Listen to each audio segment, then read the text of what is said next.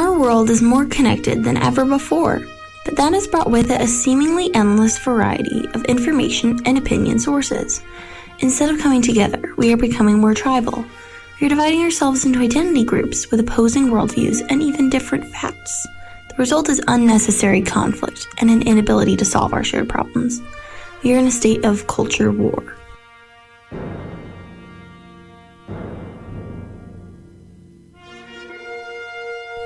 But we can move forward in peace and with a sense of fairness. We can make our lives fundamentally better. There are basic principles we've known since the Enlightenment that, when embraced and extended, will allow us to live together in community once again, to construct a shared understanding of reality, bridge our differences, and rebuild our institutions. But it requires a deeper commitment from all of us toward greater curiosity, empathy, and integrity. Welcome to Culture War Radio. Liberal values are worth fighting for.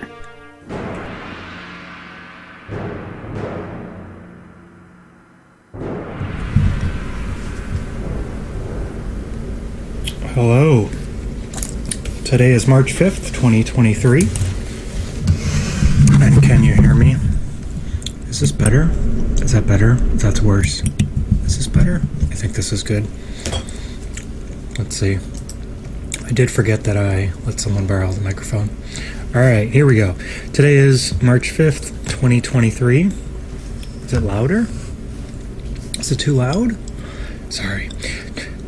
March 5th, 2023. Episode 192, Culture War Radio. My name is William. The show is an open conversation about all the news and views. Capture our attention every week. Streaming live on Sunday nights at 9 p.m. Central from the western suburbs of Chicago. For the show to work, it needs guests. I think I have a good one lined up tonight. Please visit culturewar.radio, where you'll find links to get on the air, listen live, download previous episodes, which is just the live show, completely unedited, available as a podcast. There's much more stuff over there, etc., etc. Thank you. So, here we go. I hope all the audio is all working right. As far as I'm reading the meters and such things, it looks good to me. So we'll see how it all shakes out. I kind of wanted to get the guest into the Matrix room, but I'm kind of doing something different because that's how it was set up. So we will see. Let's get a song going here, and then see if we're ready to go with the guest, or I'll go back to the news. The music I play is Creative Commons music. Go please check out rhino.cc. Rhino the Bearded, he does a show on Friday nights, 6 p.m. That's where I get a lot of music from. Let's start off something fun here. We'll go with, I think it'll be fun. It's called To Listen In by Why Not, off their album called Why Not from 2022. And when we get back, we'll see what the fuck is up. Coming.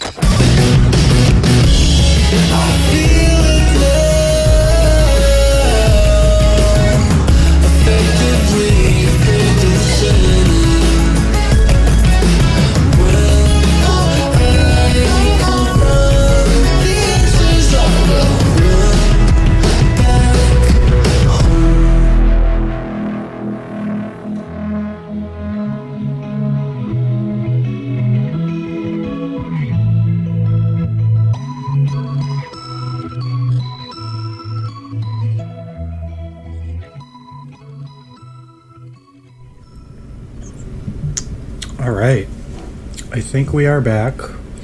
And hope you guys, are we good to go straight to the guests live? Give me a thumbs up, folks, or post something. We are good. We are good. All right. Let's see if I can make it happen without too many fuckeries. Hello, can you hear me? I can hear you here. All right. I think my system can record you and hear you too. So we are Okay. All right. live streaming. Is there any way you could be a little louder? Okay. Is this a little better? A little better? Let me bring you up. Yeah, I'm going to double your volume. Okay. So I could do that. Okay. My external microphone is not functioning, so unfortunately. Let's see if I turn off that one. Good. All right. Cool. How are you doing? Okay, I'm well, thank you. Good. I'm well. Was I for Katie? Hey, Kate. Okay. Cool. Kate. And your website? Should I give the YouTube or? Sure. Yeah. YouTube. It's we are many, they are few. Okay. And if they just go to youtube.com/@Katie1918? Yeah, right. Kate 1918. Yes. Yep. That's what I'm Kate seeing 1918. there. So cool. I watched the one video that's on the Twitter thread. Okay. But then I listened to a bunch of other ones too. Okay. So I think our politics is pretty much in line, except that I think we take kind of different approaches to things, and I think that's probably where it'll be kind of most interesting. Okay. Do you want to describe your perspective or my perspective? I'm a socialist, a long-term socialist. I'm a Trotskyist, but I disagree with much of the Trotskyist movement, particularly their foreign policy. I was a member of Socialist Alternative for a little over 10 years. I left in 2018. Half the time I was very active. Other half I was an at-large member, so to speak. I really alienated from both political parties. What I kind of see happening over the past, since Obama, or really since Trump, it's a weird, odd reconfiguration of U.S. politics. Basically, I think the security state, or elements of the ruling class, which control the security state, CIA, FBI, and so on, and the military-industrial complex, and most, not all, but most of Silicon Valley, have coalesced around the Democratic Party. Not that I have any support for Trump or the Republican Party either, but it's an odd situation. We have social media censorship, which is on behalf of the Democratic Party, and you have liberals supporting the FBI and the CIA and the drive to war. It's an odd situation, and it's admittedly a little confusing for a leftist to work their way around, to navigate their way around. It's somewhat of a confusing, complicated situation. I do see the situation in Ukraine. We're reaching a dangerous situation. It's really a collision war against U.S. hegemony in a way. The U.S. is pushing a very aggressive role, and has been for quite a long time. Agreed. The situation. Okay, there was a Maidan coup in 2014. Yanukovych was corrupt, absolutely, but all Ukrainian politicians are equally corrupt. Yep. It was effectively a U.S. orchestrated coup. He was faced with two opposing trade agreements, one with Russia, one with the European Union, which stipulated austerity and cutbacks. He went with Russia. Right. protest movement erupted in 2013 onward into 2014. It was largely astroturfed, although it built on legitimate grievances against corruption, legitimate anger. Several oligarchs, notably Igor Kolomoisky and some others, pumped a lot of money into this. It was kind of astroturfed and built on illusions in the European Union and so on. So Yanukovych tried to reach a compromise. He brokered, like, Germany and France and EU brokered kind of a power-sharing agreement with the opposition. So Victoria Nuland came in, famous neocon, husband's Robert Kagan. Yeah, husband Robert Kagan, who's, I believe, is the leader of the Project for a New American Century group that got us in the Iraq War. So she cut across this agreement that they were trying to work out. Very famous record. I don't know if I can curse on your chat. Absolutely, yeah, please.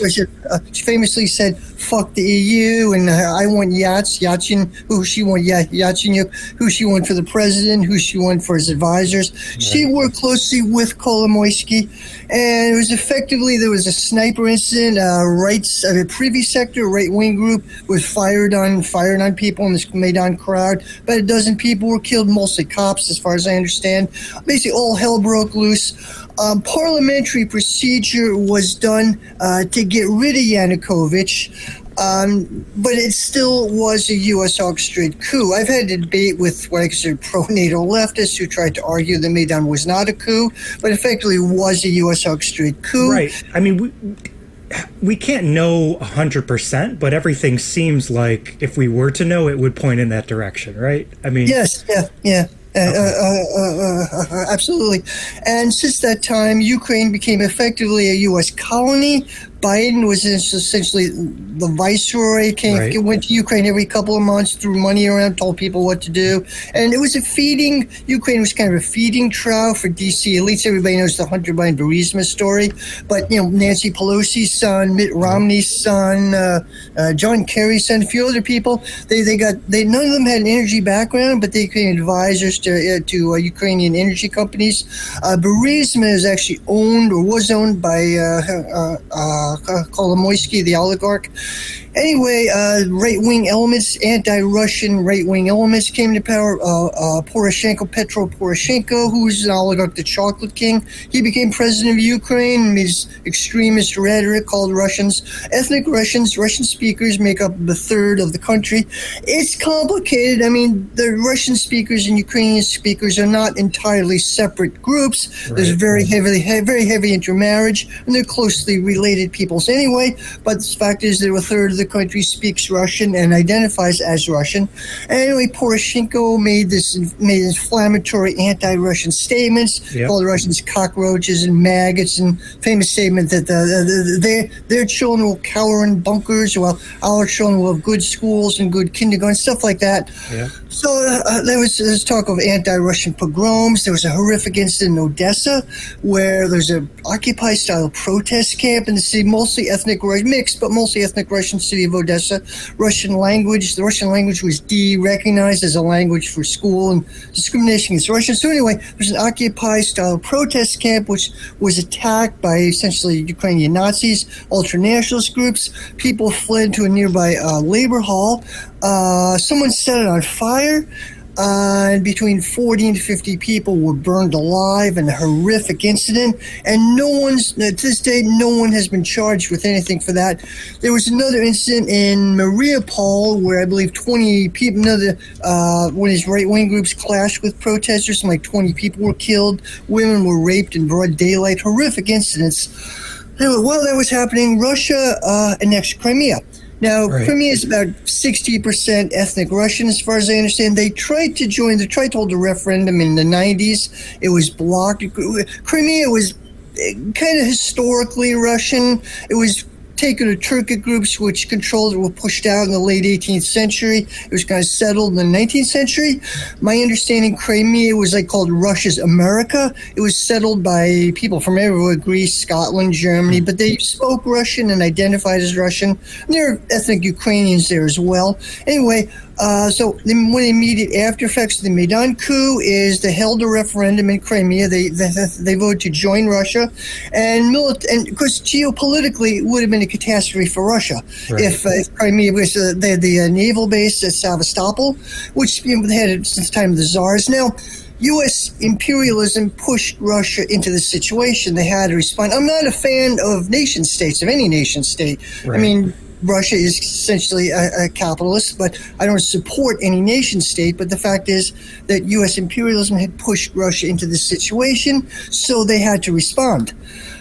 So they held a referendum, and they had what they call Russian military infiltrated. It was carried out militarily very effectively. They had what they called the Little Green Men, Russian troops infiltrated.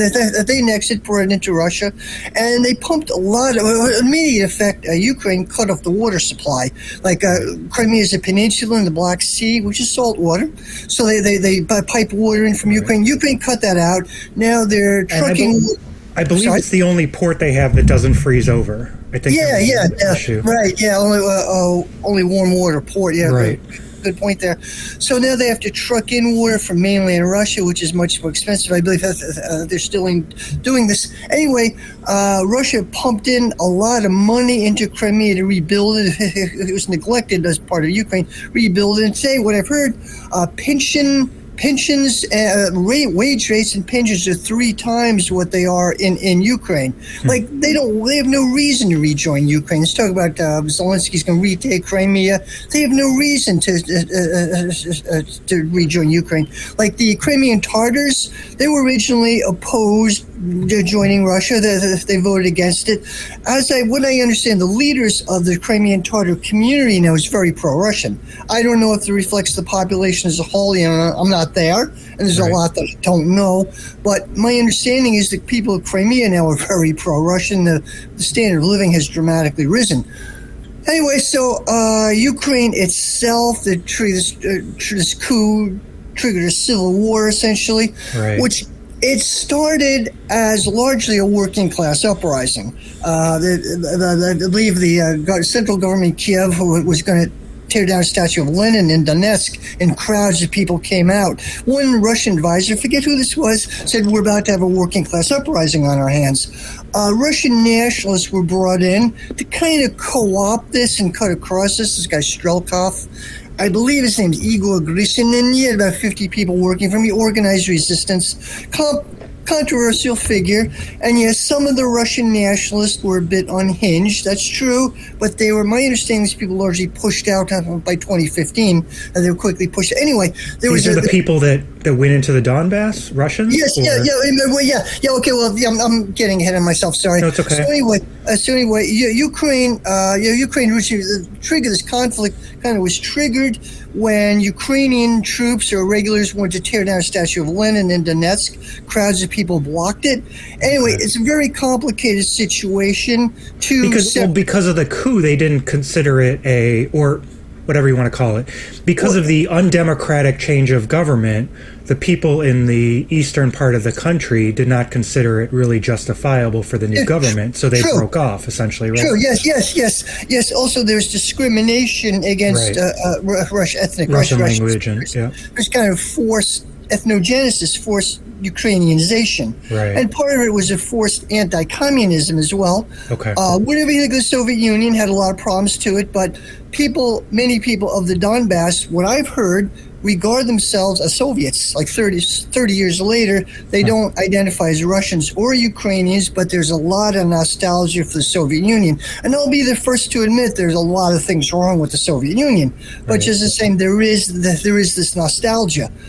So it was an extremely complicated situation, but they voted to break off 2 areas of the Donbass, the Donetsk People's Republic and the Lugansk People's Republic in the north, voted to separate. There was Russia officially stayed neutral, but provided a lot of covert aid. There was an aid convoy, which the Wikipedia account, or more the pro-NATO account, kind of blames this aid convoy for triggering the war. I don't really agree with this. It doesn't make sense to me. I think the policies of the Kiev government, what were seen as an illegitimate government, largely triggered this. So anyway, war broke out. This war was unpopular in Ukraine. The Ukrainian army collapsed. like literally 75% of the army collapsed. Like conscripts stayed in their barracks, officers fled. It was a Ukrainian civil war, and it was really unpopular. So the militias developed in their stead, often supported by these oligarchs. Maybe like the Azov Battalion were one of these groups. There's a whole bunch of others. They developed in their stead. There were standoffs between these essentially semi-Nazi militias and the regular Ukrainian army, who did not want to fight in the Donbass. Anyway, war broke out. Something like 14,000 people were killed, mostly ethnic Russians. They reached kind of a standstill. Russia officially stayed neutral, but provided covert aid. The Putin was under a lot of political pressure to annex the Donbass, like Russia annexed Crimea. He didn't want to do it. He was under pressure from both the right and the left. The Communist Party, the Russian Federation, various left, and then the right-wing groups as well. Putin didn't want to do it. Geopolitically, it kind of made more sense to have a large Russian-speaking area remain part of Ukraine. Ukraine itself would be less prone to be pro-Western, a variety of reasons. But Putin got a lot of heat for not being more aggressive. But he did provide covert aid. There were the Minsk agreements, Minsk I, Minsk II, which Poroshenko agreed to it. It was agreed to Ukraine agreed to a federal system, and Putin wanted a federal system where, the Donbass would still be part of Ukraine, but they'd have local autonomy and could have their own language laws and things like that. It was never implemented by Ukraine. It was never honored. More recently, I just think that's a really important issue to bring up, because what you have there is, the UN Security Council. So it's all the major powers. It's also a lot of, smaller countries all coming together and saying, there isn't just the concerns about, Ukrainian security or any of these other things. There's all these other concerns, right? It's justifiable for even a big nation to be concerned about a belligerent, with weapons, growing numbers of weapons on its border, all these different concerns, and the world coming together and saying, we should try to find a compromise on all these different things. And so I just think that's a great point. It's kind of a balancing point to say, well, Russia started this thing. No, like when the world looks at it, the world says there's lots of these different concerns that that are justified concerns. And so to say that just Russia started it, they're just a bad guy and they just went in there. No, it was understandable there was these concerns. Years and years went by, shit did not happen, and eventually, and in that time, Merkel has come out and said it was just basically giving them time to make Ukraine stronger, and Russia saw that. And so when, generally the US media doesn't report it that way, where we don't get that, the general public in the US doesn't get that understanding, well, of course they're going to have this understanding of Russia just being this bad guy who just one day decides, let's go take them. I mean, But that showed that the whole world said, no, there was something else. There were a lot of other concerns to be dealt with. Right, so, right. The media, U.S. media, CNN gives very little historic context for what's going on.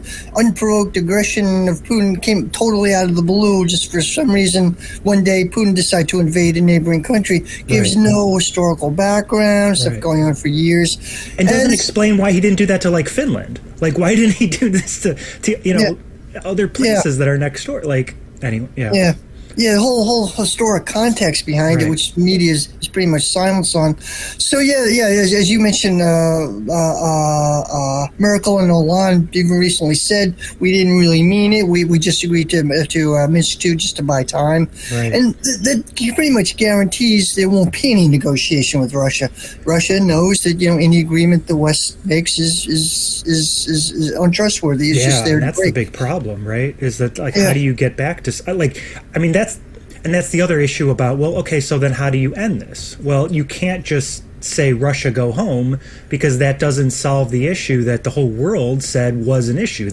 It's not just keeping Ukraine, safe, which was a part of the concern, but it was all these other things about threatening Russia and all these other pieces of the puzzle.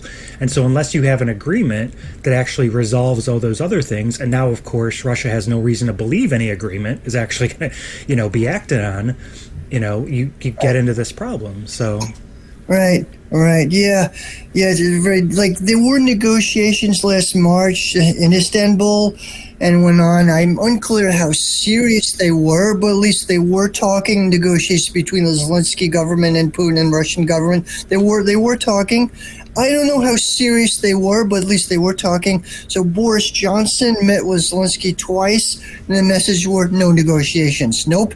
Right. He was free, and he said, "Yeah, Putin." And Zelensky said, "Yeah, we're open to negotiations, but Russia has to give up Crimea first," which is nonsensical. It's not going to happen. Right. So I see it. The U.S. and the West is channeling 40 to $50 billion worth of weapons, but into Ukraine, just keep the war going and going and going, and no negotiations. Negotiations are sabotage, or totally sabotage. So Lindsey Graham recently said, the Ukrainians are brave people. They're going to fight to the last man. Oh, God. I mean, he's going to make sure they do. Insane, oh, God. Yeah. It's insane. So I don't know what the end game will. I don't know what the end game is. It's not a good. It's like Russia saw this as an existential conflict. The West originally did not, but it looks like it's coming to be that the U.S. is coming to also see it as an existential conflict. So I think Hillary was on with Maddow, I think, early on or something, and she made a reference to this being like another Afghanistan for Russia.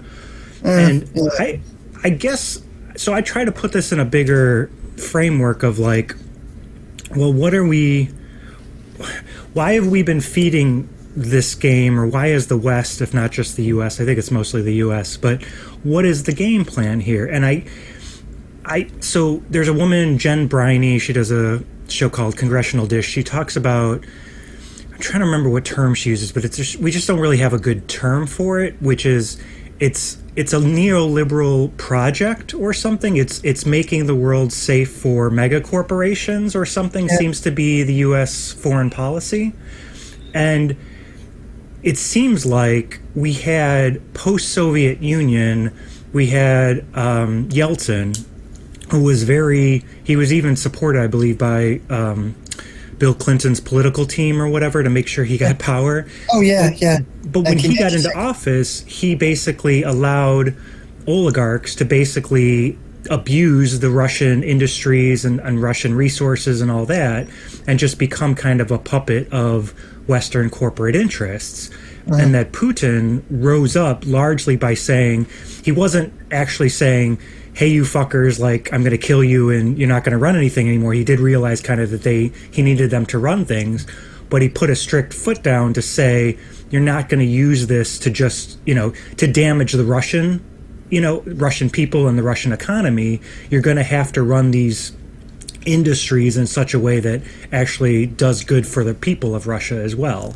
And that's kind of where he's, I think, kind of stood. Now, I think he's an asshole and a monster and all that kind of stuff, but he is at least, I think, is primarily concerned with generally the Russian people and, Russian interests. Yeah, I'd say Putin is a Russian nationalist. I don't like or support Putin in any way, actually. That's a whole other story. He's a Russian nationalist. There was an economic... Well, the U.S. originally liked Putin when he came into power, first couple of years. But then he turned out to be kind of a Bonapartist leader, balanced off different class forces. There was an economic consolidation, like 3 Soviet-era oil firms were merged into Lukoil and so on. And there was an economic revival based on oil, natural gas, and mineral wealth, and agriculture sector, revived steel industry. There was a revival. Okay. According to one thing I've read, don't quote me on this, could be wrong, but around 2010, the standard of living in Russia, the standard of living for the Russian working class was the highest it's ever been, even in the Soviet period. I'm not sure 100% how true that is, but there's a dramatic rise in the standard of living over the nightmare of the 90s. I lived in Russia for a time during the late 90s. It was horrific. Late 90s? Okay. Yeah, I lived there for. I taught English. I was an English teacher for a while. Okay. Really wild place at the time. It was pretty much a gangster state. Is that what? Okay, yeah, it was crazy. Okay. It was crazy, like Chicago in the 20s. Like there were gangland shootings every 2 weeks. Car bombing, carjacking, elevator bombing, you name it, every 2 weeks, like Chicago in the 20s, until like the gangs kind of consolidated their control. I have a story. Okay, I used to teach English to Russian business people. I spent a lot of time in the Moscow metro, the subway. The subway there is the best in the world. Even in the worst situation, the chaos of the 90s, the subway worked really well. You didn't have to wait more than 2 minutes. Anyway, I had some books. I'd give English lessons to Russian business people, and people I lived with would give me some fruit to carry with me, and I had a pear, in a bag, which I kept in my book bag a little too long. I was going to throw it out. So it's an area in Moscow. They have what they call babushka. Babushka means a grandmother. It's like babushka is like an institution in Russian society. They're kind of like very heavy set, kind of aggressive people. Every family, every business, every institute has a babushka, which yells at people to wipe their feet and so on. It's kind of, they unofficially run Russia. Okay, which is a good thing. They unofficially. Anyway, this one area of Moscow was packed with beggars. I forget where it was. It was packed with beggars. I threw this rotten pear in like a low garbage bin place, and several babushkas dove for it. Oh my God. Oh, holy crap! Like, people were literally dumpster diving for a piece of rotten fruit. This was what the U.S. had imposed on Russia. This was Bill Clinton was saying, "Stay the course, stay the course." Like, read the Shock Doctrine by Naomi Klein. Right. Like, U.S. basically imposed this shock doctrine, which is a crime against humanity, imposed it on Russia and devastated the economy. And Yeltsin was like a pathetic comprador leader. He was total drunk. So was it a policy of basically no government support for the people so that everything could be privatized? Essentially, yeah. There were three big privatization, like mass auctions to supposedly create a mass basis for capitalism, like properties were auctioned off. But most people didn't understand any of this. They were not, and so several well-placed people were able to manipulate this. They became oligarchs, billionaires overnight, while half the population in Russia was plunged into the poverty level literally overnight. Extreme. For a while, Russia had the lowest male life expectancy in the world. I believe it was 56. There was like massive alcoholism, industrial accidents, suicide, heart attacks. You name it, was horrific. It was a death toll equal to that or close to that of the Second World War. The 90s were, people in the West don't realize what a horrific time the 90s were for the Russian people. Yeah. And so there was some social welfare, but under Yeltsin it was pretty much torn away. And this was a shock. Like, for a while, Russia had a weird, like, people stopped having kids. I think this went on for like 2 or 3 years. Had a demographic collapse. People all across much of the former Soviet Union literally stopped having kids. It was like psychological. It was eerie. Reading about it was eerie. It recovered. But what we're seeing now under Yeltsin, like the rise, under Putin, like the rise of Russian nationalism, is partly a reaction to the 90s. Right. Like people saying, the Russians say, like we say, like Russians would say, look, we did what you wanted us to do. We tried to, we followed your advice, and look what it did to us. So look where we are now. So what we're seeing now is like a backlash against much of this. Makes sense, yeah. Yes, much so. Yeah, there was some social welfare, but not very much. It was highly attenuated. They've reached more of a balance now, and they do have a national healthcare system. For what I understand, they have a fairly more developed. The economy under net. What I understand, the current Russian economy, a lot of it's been renationalized. According to the IMF, 70% of Russia's GDP comes from the state sector. The 12 largest firms are state firms. And according to one thing I've read, like there's several sectors of the Russian economy. The only sector which is turning a profit is actually the state sector. Then from oil revenue, mineral wealth, agriculture. The state sector is turning a profit, and the private sector is being heavily subsidized by the state sector. Okay. This is relatively new in post-Soviet Russia. It's really new. Heavy state intervention came into play. As I understand, the Syrian intervention, like 2014, 2015, when Russia intervened in Syria, and also more recently recently with the Ukraine thing, so like Russia recently reintroduced 7-year plans for the state-run energy sector. They're kind of going in a China direction. Whatever you call that, I think it's a form of state capitalism. It's not socialism. It's a form of state capitalism. But they're being forced to go into more of a highly state capitalist direction. They were in the laissez-faire capitalism in the 90s, and we're seeing now is a backlash against that. Okay. Now, so this might get to where we probably differ. I mean, I can't say I really understand what Trotskyist specifically means, but I mean, the world that I think I would want, right, is what's generally called social democratic, right, which would be a U.S. that's more like Europe, where there is definitely markets, but there's obviously universal health care, let's say, in the U.S., and there's different, much more support systems. There's, lots of different things that the government can do, but there is also markets. But you obviously want more of a total government ownership of things? Or? Yeah. Well, what you pointed out, what you portrayed, in a lot of ways, I'd be totally okay with it, right. Or I'd be okay with it. But I think there are reasons why it's being eroded. Like people point Sweden is socialist or social democratic, and right. It's been attacked by neoliberalism for the past 30 years or longer. I think there are systemic reasons why it's not as easy to do as it was back then. Like, it would be great if we had that, sure, but it's more difficult with the deep, what Marxists call the overaccumulation of capital. There's been a severe crisis of capitalism for the last 30 years building up, and it's very complicated. But it's harder to do that. What I would like, I see any reform which is granted by the ruling class, which you said, which is great. I would really support that. It can be easily taken away by the ruling class when it's no longer convenient for them.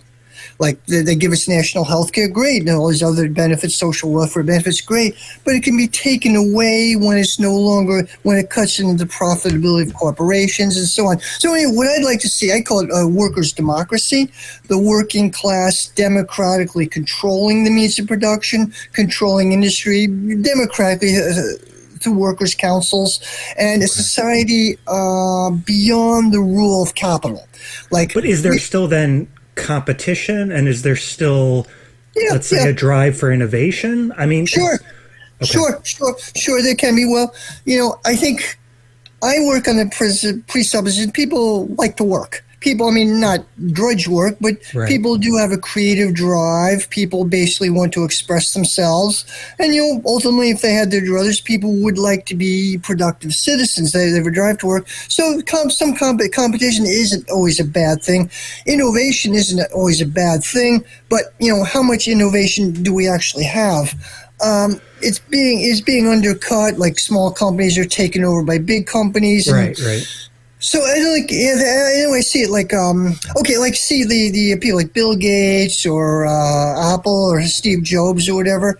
Except at the very early stage of their careers, they really didn't invent anything. They got control of capital and they hired other people who did. Steve Jobs' early stage, he was an inventor, Gates and so on. At the early stage, they did. But for the most part, I just see the functions of any of these people, Warren Buffett, Steve Jobs, any like wealthy oligarch industrialists, it can be taken over by workers themselves. Right. We don't need like a lot of what they did though is they found other people that were doing something, and they took advantage of it. Sure, so, exactly.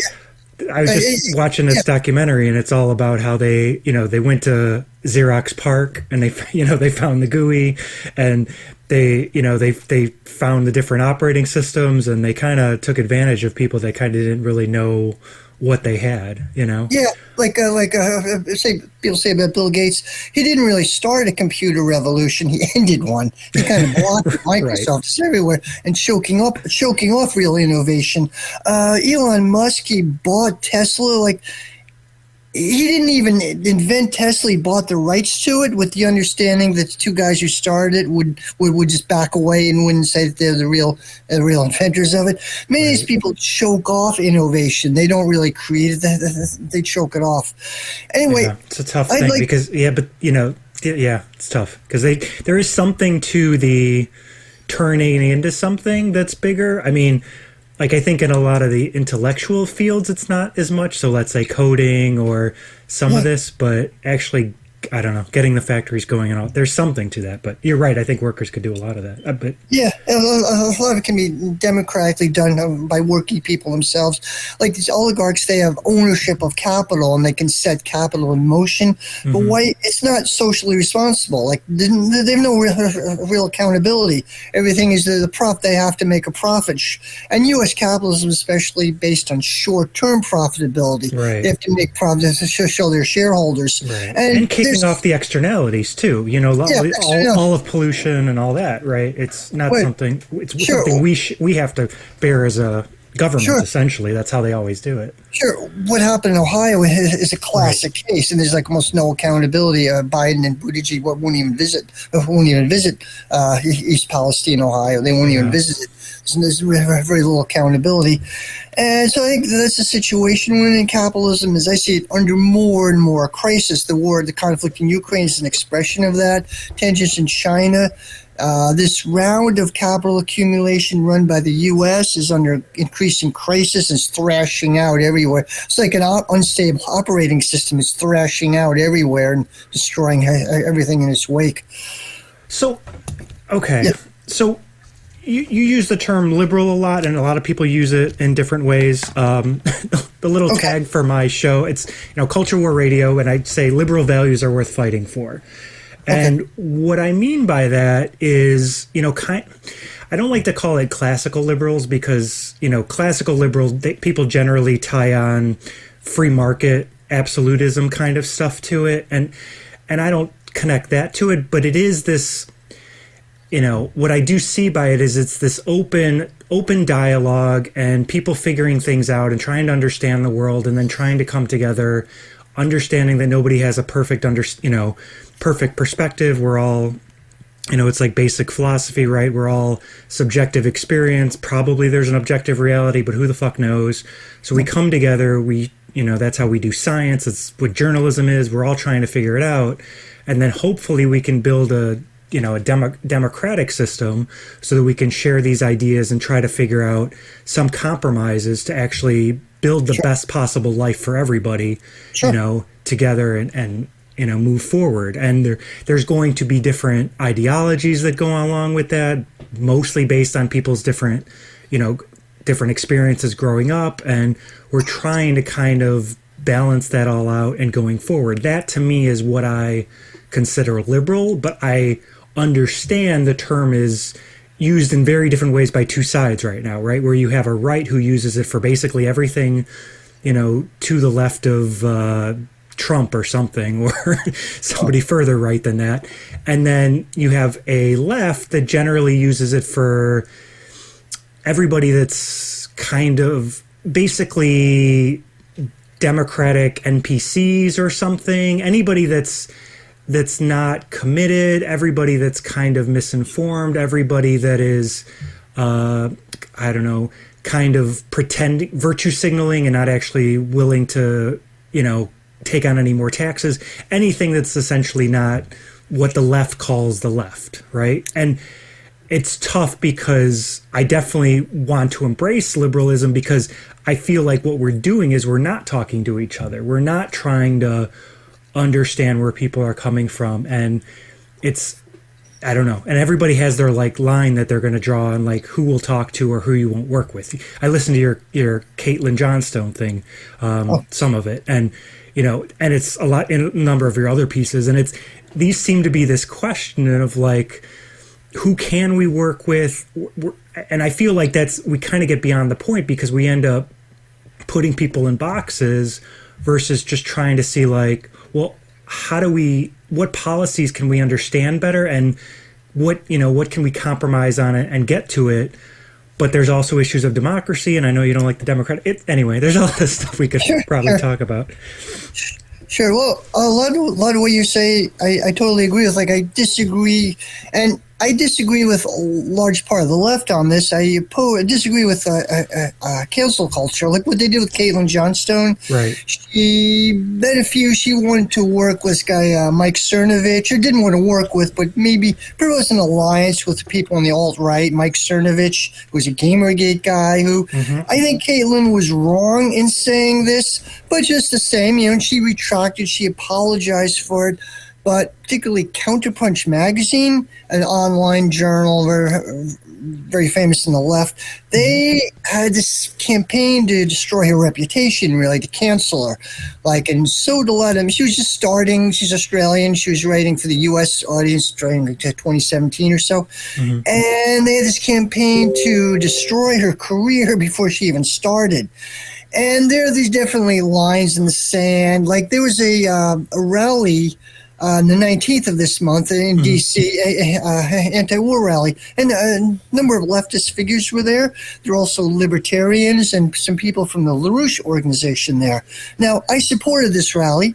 Right. But I wasn't there, but I support it. But a lot of people on the left, there's this purity politics. The libertarians are really fascist. Ron Paul's a fascist. Yep. Everyone who doesn't toe the exact line is a fascist, is red-brown, a Strasserite. And it's like I find that almost people who are anti-imperialist are labeled as red-brown. Or you talk to your neighbor across the street who's a Trump supporter. And by the way, I live outside Portland, Maine, which is a very liberal city, but where I live, the town I live is Trump country. All my neighbors are Trump supporters. Really? I get along with them really well. I don't hate somebody because I don't like Trump, but I don't hate somebody because they're a Trump supporter. You have to talk to people. And this rally in the 19th, you have to ultimately talk to people. I think from a leftist perspective, it's important to go on Tucker Carlson. Right. I find much of what he says I really disagree with. His takes on immigration and race is almost reprehensible. But just the same, he has the largest audience of any mainstream TV pundit. And unlike MSNBC or CNN or liberals in the media sense, he actually has leftists on. And MSNBC or CNN won't touch Max Blumenthal or Jimmy Dore or anybody else, Glenn Greenwald. They won't touch these people. So I think we do have to actually talk to people. The original idea came out of the left of no platforming fascists. And I actually agree with that. Came from the Battle of Cable Street in London. So explain, how do you, because I don't know how to draw that line. Good question. I think the threat of fascism has been exaggerated. Okay. Libertarians are not fascist. I think they do have an authoritarian streak underneath it, and some of Ron Paul's stuff is a bit questionable, absolutely. Right. And, the LaRouche people do have an odd history, and I've talked about some of it in one of my videos, but I think we have, we have to take people at face value. Not all Trump supporters are fascist. Not all Republicans or people on the right are fascists. There are some bona fide fascists. Okay, but here, I see this is I think where I'm going to get into trouble because, if a fascist isn't actually going to accomplish any fascist goals, if you're not standing there and if they're saying kill these people or deny them or treat them worse, if they're not actually saying that, so you're not standing there next to them saying it, but they are effectively helping to end a war, why can't you both be can't you both say, hey, that's a good rally to go to, or hey, maybe this person's actually worth voting for, or you know what I mean? I just don't know. Even if they're really fucking horrible people, I just don't, if you're not helping them to accomplish the horrible goal, I don't know why not to. Well, I could see an example, supposing on the subway. See somebody with a swastika armband on a subway. Right, okay. They're presenting themselves as a Nazi or Nazi sympathizer in the regime which killed LGBT people, Jews, all these other horrible things. And just by the fact of being there, it's an act of violence. Just not being there, but having the swastika armband there. Yeah, okay, it's not an act. Well, I wouldn't call that an act of violence, but it's definitely an act of intimidation. Yeah, okay, that's a better term. It's an act of intimidation, yes.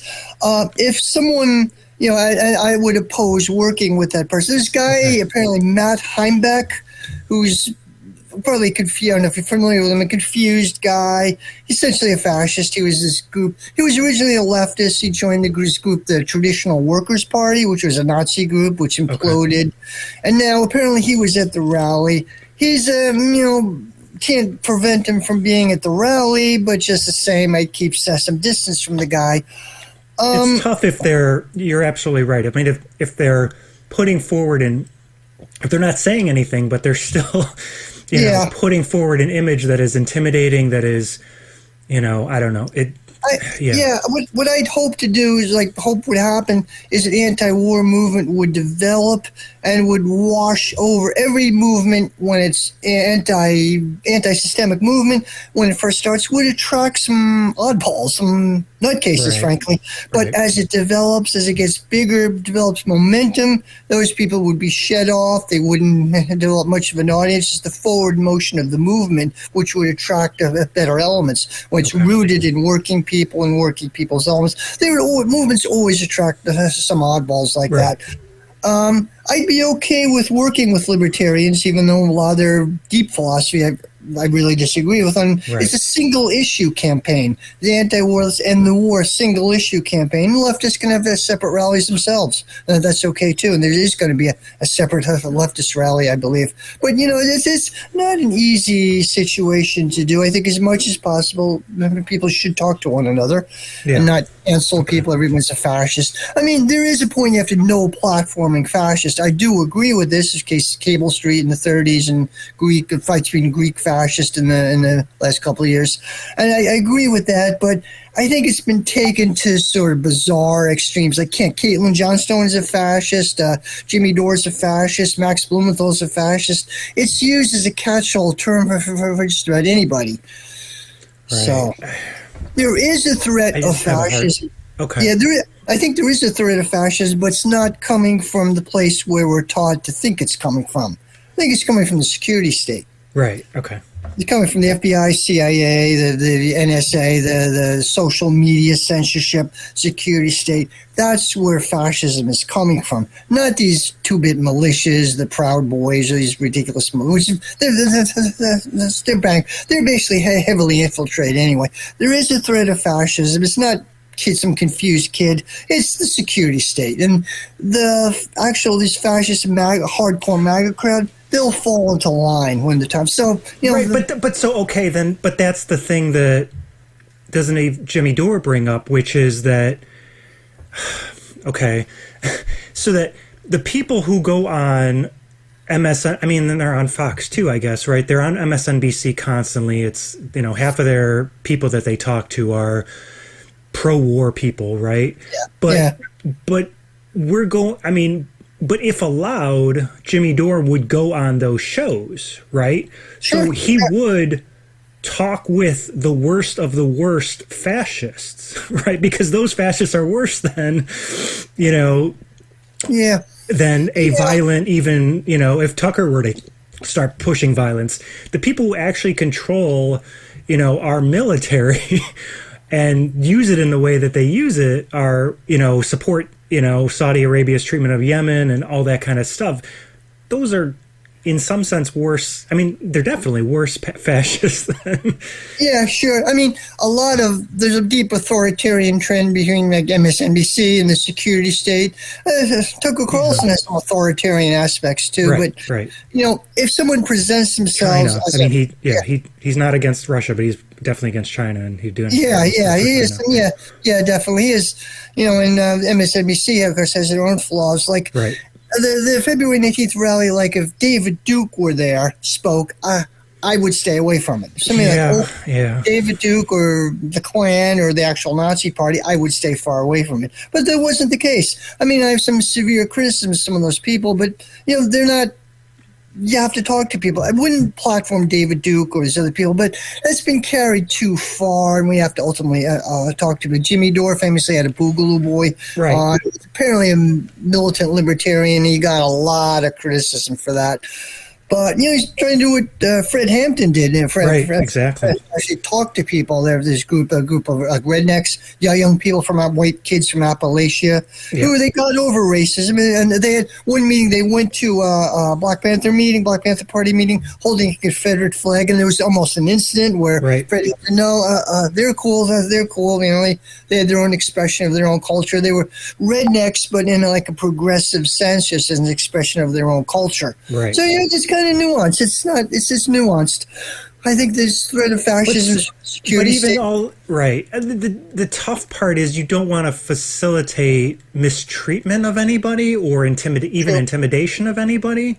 True. But out of a pure, let's say, philosophical view of it, we do come at this thinking that the reason they're like that is some kind of failure of understanding on their part, right? Or that they've had really fucked up experiences, perhaps, or, and that has led them in this way. They are not at any core level a worse, maybe they are currently, but they're not, and maybe I guess some people, brain damage or something, but they're not, in some level they could be reached. There's the woman who, from the God Hates Fags church or whatever, she was changed on Twitter or whatever, somehow somebody reached her on that.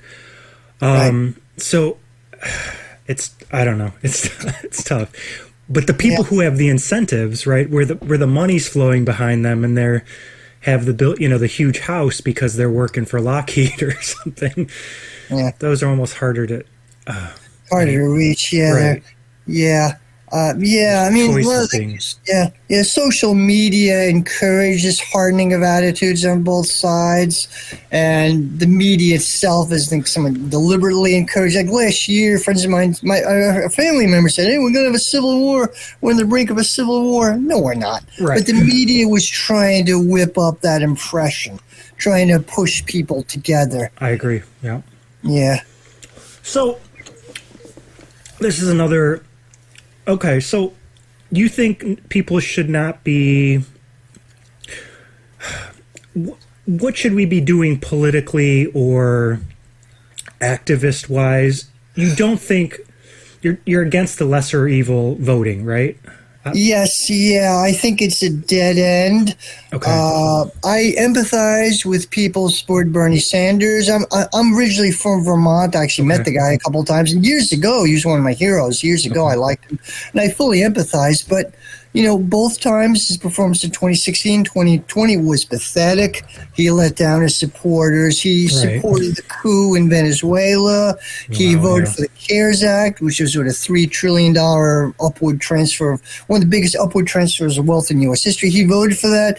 He even recently said about Ukraine, well, I haven't been following it very often, but I support the president. Oh, God. And, one thing after, he Russiagated himself. Right. Like, he told Mr. Putin to stay out of my campaign. Oh, God. Yeah. So, anyway, I think...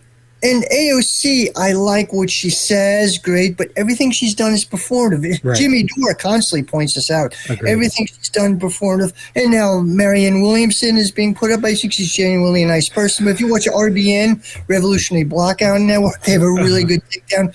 I think it's just impossible for anything good to come out of the Democratic Party. Not that I'm sectarian, but it's structured that way. It's not accountable. It's based on personalities, not accountability. The Democratic Party is not democratic. Do you support things like ranked choice voting or changes that could possibly deal with that?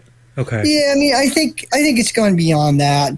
Campaign finance reform, ranked choice voting, sure. I think electoralism is dead, utterly dead. I think at this stage, change things is a general strike or working to build a general strike.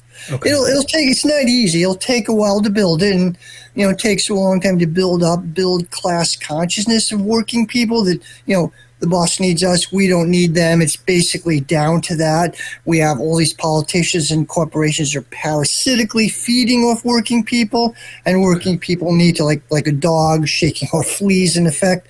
Electoralism I don't think will get us anywhere at this point, just almost by definition. But then you would revert to electoralism at some like, because I guess I just Okay. I guess I see that I see that the system is so very stacked against, generally the lower classes, middle classes, whatever. But so, and I see how corrupt, how fucked up it is right now with the Democratic Party and just the general way that this, structure exists. So I could kind of support you on, that is, I think, the only thing that has ever really worked, something like a general strike. But then you do ultimately have to have some system back in place, right, where we do collectively get to make these decisions, and it's not just about who can get let's say 20% of the people to fuck things up, right? Like that. I don't know. It's tough. Well, sure. Well, we live in a capitalist society, and everything is mediated on those terms, on the terms of capital. Like there are debates, there's politics, but it's all mediated in the terrain of capitalism. Neither party is going to really touch core issues. Both parties agree on everything. So, yeah, we need democracy. I'd advocate what Leon Trotsky called workers' democracy, workers' councils, democratic workers' councils, networks of councils. Corporations, companies, workplaces, firms will run by the working people themselves, decisions of should we invest here, should we invest there. There would be investment, there would be a competition between firms to some extent, but it would be voted on by the workers themselves. There may be political parties, there may not. U.S. only is allowed 2 political parties, which is highly undemocratic for one thing. Only 2. And there might be parties, there might not, but there would be working people themselves would democratically decide on what to do. Today, both political parties, especially through the Democrats, but the Republicans as well, all the candidates they put up are highly vetted by corporate America. Even Bernie, even AOC, they wouldn't get anywhere unless they're vetted by the donors. They're entirely run by the donors. They wouldn't get anywhere. And, that's not democratic. Yep. Right, but I mean, so how does that, I guess the question that I have is, what makes that so? The way I think of it is that when you have a winner-takes-all kind of voting system, you're going to have, lean to a 2-party system, other pieces of that as well. But you're going to have a 2-party system. When you have a primary system, you are going to generally get people who are...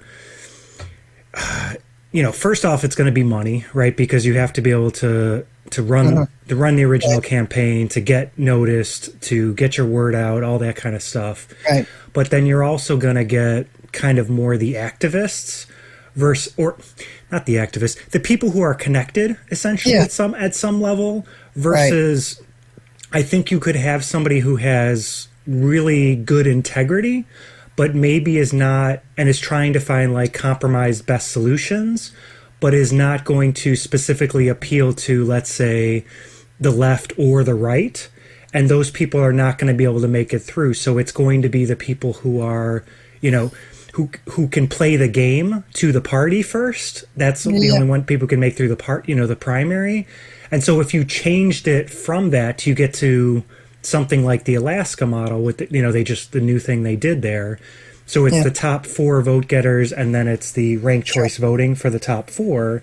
Maybe, I mean, I don't know. I think Bernie has more integrity than the average vote. Let's say Tulsi maybe, has more integrity. Probably Ron Paul, although I don't agree with all his stuff, probably has more integrity than a lot of people. Those are the people that I think we don't get through that system, even if they're not specifically, let's say, pro-worker specifically or pro, any specific issue, right? But we don't get the integrity people. That's kind of I'm just saying, I feel like there are structural things we could change that, I don't know, would get us closer. I don't know that it would get us enough. But parliamentary system might be a little better, more open things up to but other. That's so accountable to the party, though, too, then. The big thing that I think, and this is kind of something maybe talk about, is I think so much of this is dependent on the way the media works, which is that there is it's money that generally runs the media. And this is what my big hope. This is why I'm Fediverse support Mastodon. Yeah. So Mastodon and there's alternatives to YouTube too. There's one called PeerTube that's developing. Okay. There's Rumble and Odyssey and. Well, so yeah, those are actually different. So I don't know how to explain it in the most simplest way, but they're decentralized, meaning that. So, we're both old enough, I think. We remember the internet, right? When that was kind of an amazing thing, right? The Wild West, back in the day, yeah. And so, but what has changed since then is that these platforms have really, what they do is they concentrate attention. And so that's where they get their power, because back in the 90s, it was, people were like on AOL and then they were like, oh, we're going to use a browser. And it was like, oh, scary, there's porn out there and all that kind of stuff. But what you could do is anybody could put up a website. Anybody could say anything. Anybody could reach the whole world. Obviously, video was tough back then. And, podcast maybe a little bit, but it was really hard. But anybody could put up anything. And so what the Fediverse does, what Mastodon does is it eliminates the platform issue, which is the platform issue is that if you're running one platform, if you're running one server, one company, they have ultimate control, right? Okay. And so that's like what the Twitter thing is. So like it was shit before Elon, right? Because you had essentially a Democratic Party kind of, elitist kind of control over what was going on there. But now you have an Elon version of that, right? Which he apparently is scared of, like pissing off the Chinese, and we don't know what algorithms he's running in behind the scenes. Yeah, he's still playing his own game. Yeah, I agree. But so what the Fediverse does is it decentralizes it, meaning that everybody is running on essentially their own individual servers. So it's like the open internet back in the day, except that it feels like it's one big network, and so things still can go, and the whole core, what I think is a magical, is that the whole thing is things can go viral, right? Because you can still retweet stuff. So we could raise up the best ideas, but on the Fediverse, there's no advertising. Okay. So the two main ways that, and I think when you think about algorithms, that's all that cable news is too. Like it's always in major media, there's always some owner ultimately, right? And they're lackeys, and you can go to the whole Chomsky, you wouldn't work here if, you didn't agree with the way we looked at the world. Right. All these different systems are dependent on a few people deciding what gets broadcasted to everybody. And what decentralization does is it fixes that, because it takes the internet idea and it allows us to democratic maybe is not exactly the right word, but it allows us to collectively decide what goes viral. And there's no advertising that influences that. And so what I think is that part of our political situation can be fixed if the amount of money you have doesn't determine whether whether most people know you're running for office, or whether your attack on this other candidate, everybody sees it. It's only if we all decide that it's worth seeing. And obviously we have to be more responsible, we have to be more educated, but it's a breakdown in the broken way that the media has functioned for the last, 100 years or whatever. Oh yeah, right. Yeah, like legacy media, something like 90% of all mainstream media outlets are run by four companies. And I think it's a very positive developments in ultra media. I think that's great. Ultra media does show across the political spectrum of the gray zone, was on the left, Jimmy Dore, redacted. Even some more on the right, the Duran, redacted. I think they're all I don't know that one. Okay. Stuff. Yeah. I don't 100% agree with everything everybody says, but I think it's really positive. CNN. It's honest and trying to be truthful. Is that, Yeah. And smart. Sorry, yeah. Okay. Like redacted, the kind of Clayton Morris who used to be on Fox TV. He's kind of on the political right in a lot of ways, but he does say a lot of things about the CIA, security state stuff going on. I don't 100% agree with him, but I think he does some good work, and many other people as well. So I think this is very good, getting information. And they're being relentlessly attacked by the mainstream, like the Gray Zone constantly being Jimmy Dore. Right. The only See, I love a lot of these people. Like, I love Aaron Mate. I love, He's great, yeah. I love, Max Blumenthal. and Matt, Matt Taibbi, Yeah. Greenwald. I Yeah. love them. My only, problem with it is that they're not truly going to the decentralized model. They're going to alternatives kind of because they have to, like Rumble. Yeah.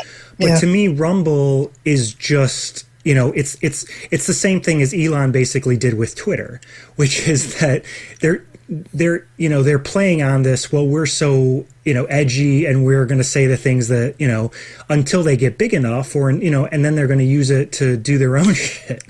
And it's not a decentralized model. Yeah, you know what I mean? know. And so I just wish they would embrace that, because that to me is the real future that like lefties have been arguing for forever, right? Which is that if money didn't determine what everybody saw, our arguments would win, which I totally believe in. I just, where they're going to are just right-wing alternatives. It's not. Sure, it's not, sure. Yeah, that seems to be the alternative. There's this Australian woman who, I forget her name, lives in Russia. She's working on this platform. She's a bit controversial, and I forget her name offhand. She's part of the San Solidarity movement, but I forget her name. Okay. But anyway, definitely alternate media. Getting dissemination of information is really good. The mainstream monopoly on information is cracking. Like, I think the majority of people probably still believe the CNN consensus, but it's starting to crack. It is definitely starting to crack. I work in a school district, and they have a CNN 10 for kids, like 10 minutes. It drives me. My daughter watched that for a while. Yeah, she had it at school. I have to try to deprogram the kids, or oh god, it's like they don't even hide it. But yeah, the dissemination of information is a very good thing. Get information and wake people up. That is an important thing. Right. For his election, the way socialists generally see electoral politics is a method of education. You can't really change the system by elections, but what you can do is you get someone elected, you get a platform. You get like someone elected to Congress or even school board or whatever. You use it to get the word out, to teach people about socialism. You can't really elect socialists. You can't get socialist by election. You can't elect. The ruling class just won't allow it. Anytime it comes close, it's overthrown. Like Allende in Chile is a classic case. It was a democratic socialist government. It was overthrown in a vicious fascist coup. And it's overthrown because they have the deep state on their side, essentially, or something like that. It was overthrown by the CIA, but U.S. CIA, largely directed by Henry Kissinger, who cooperated with worked with right-wing elements in Chile itself. It was overthrown by the U.S. global hegemon, global capitalism. So that is something I don't have a fix for. Absolutely. Okay. I mean, with Epstein and all that. Yeah. So like anytime socialists have tried to come to power, they've been viciously attacked. It's not like in a vacuum. Let's have a socialist society, so it's not like a laboratory with equal test conditions. It's vicious. Spain, Russia, anytime. People point to Guatemala, and it goes way back before, what is it, the pineapple, or what was it? They point to that as like the beginning. It's like, I was just reading in a book, we did that to Panama. We basically... Philippines. Yeah, right, Philippines even, yeah. In fact, Luzon, I think about a quarter of the population was Luzon was wiped out. The Philippine War, Howard Zinn talks about that. Yeah, I mean, imperialism goes drenched. U.S. imperialism in general is drenched in an ocean of blood. So that's what the difficulty of reform projects. I mean, great if you could, get better, electing better leaders, but it's going to be blocked at every turn. The ruling class will not give up power voluntarily. Time after time, they viciously attack it. And this book, Killing Hope by William Bloom. He was a former CIA analyst. He died a couple of years ago, but great book. It's like Noam Chomsky stuff. It talks about coup after coup. The U.S. orchestrated since the Second World War coup, I think 30 or 40 coups. Coup after coup and subversion of leftists and reformists and radical movements around the world. Coup after coup. Killing Hope, you said? It's called Killing Hope. It's a masterpiece if you get a chance to read it. I mean, it's not fun reading exactly, Right. but it's just like a chronological list of all these coups and subversions which the U.S., mostly CIA, carried out in these countries which tried to access some type of reform, tried to move power away from their own oligarchs. Right. And the U.S. blocked it at every turn, coup after coup.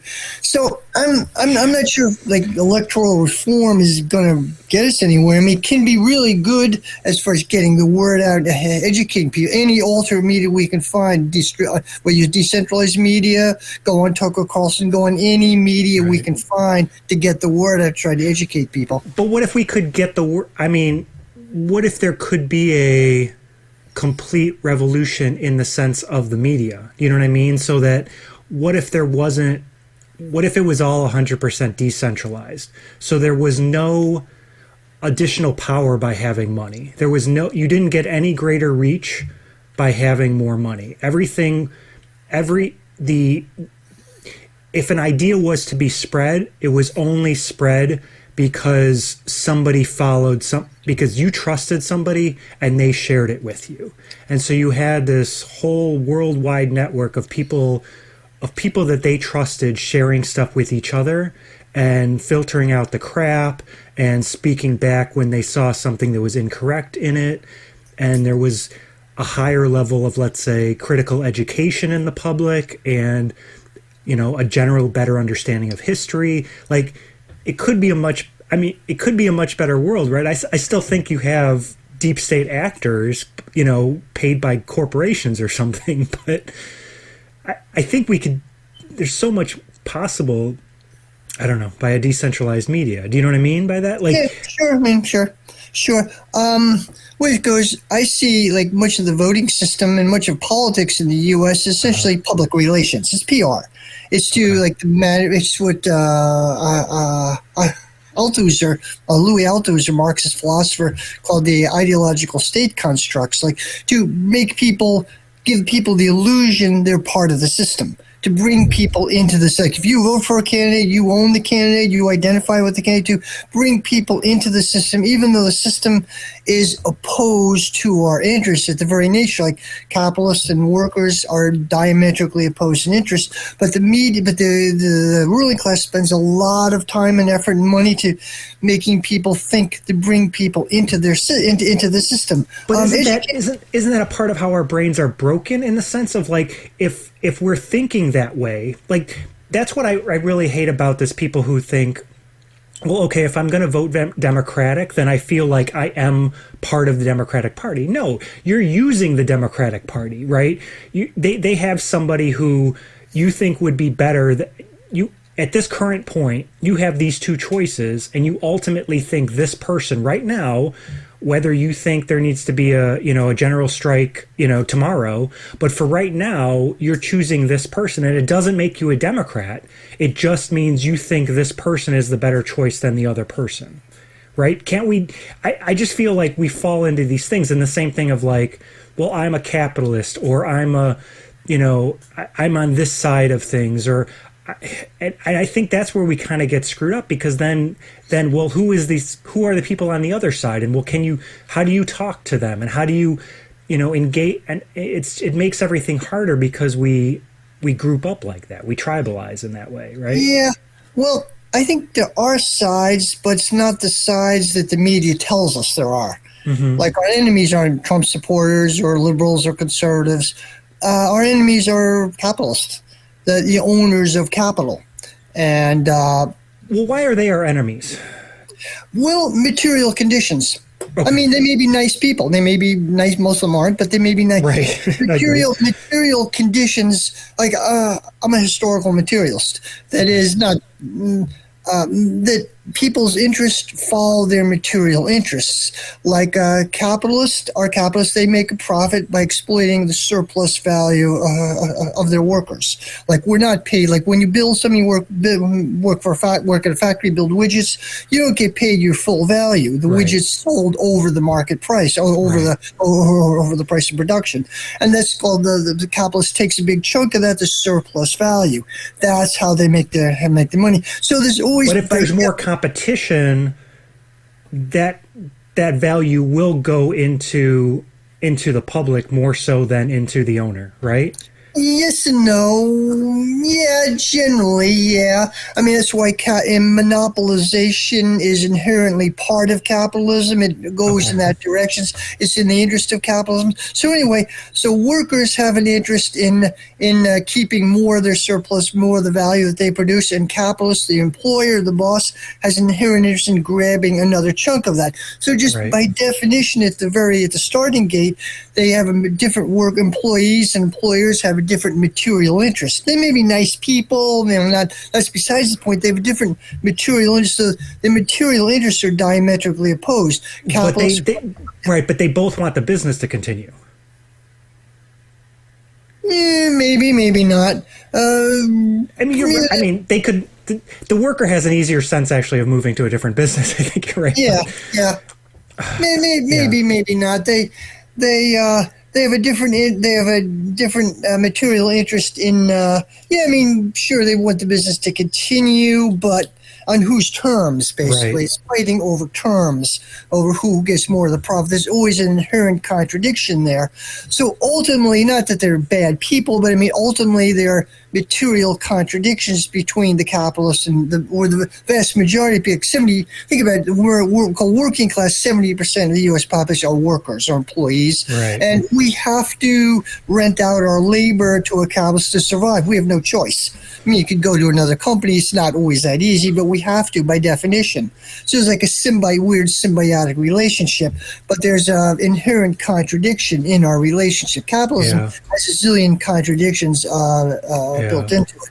It's a funny thing that too, because like when you think about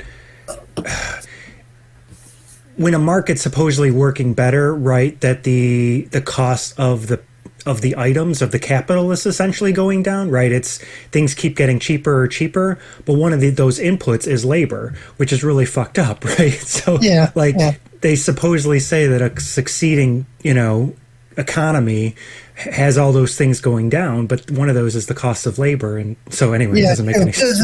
They're inherent contradictions, like a technology, advancing technology, and people talk about it's going to be with the fourth industrial revolution. There'll be more mass unemployment, things like that.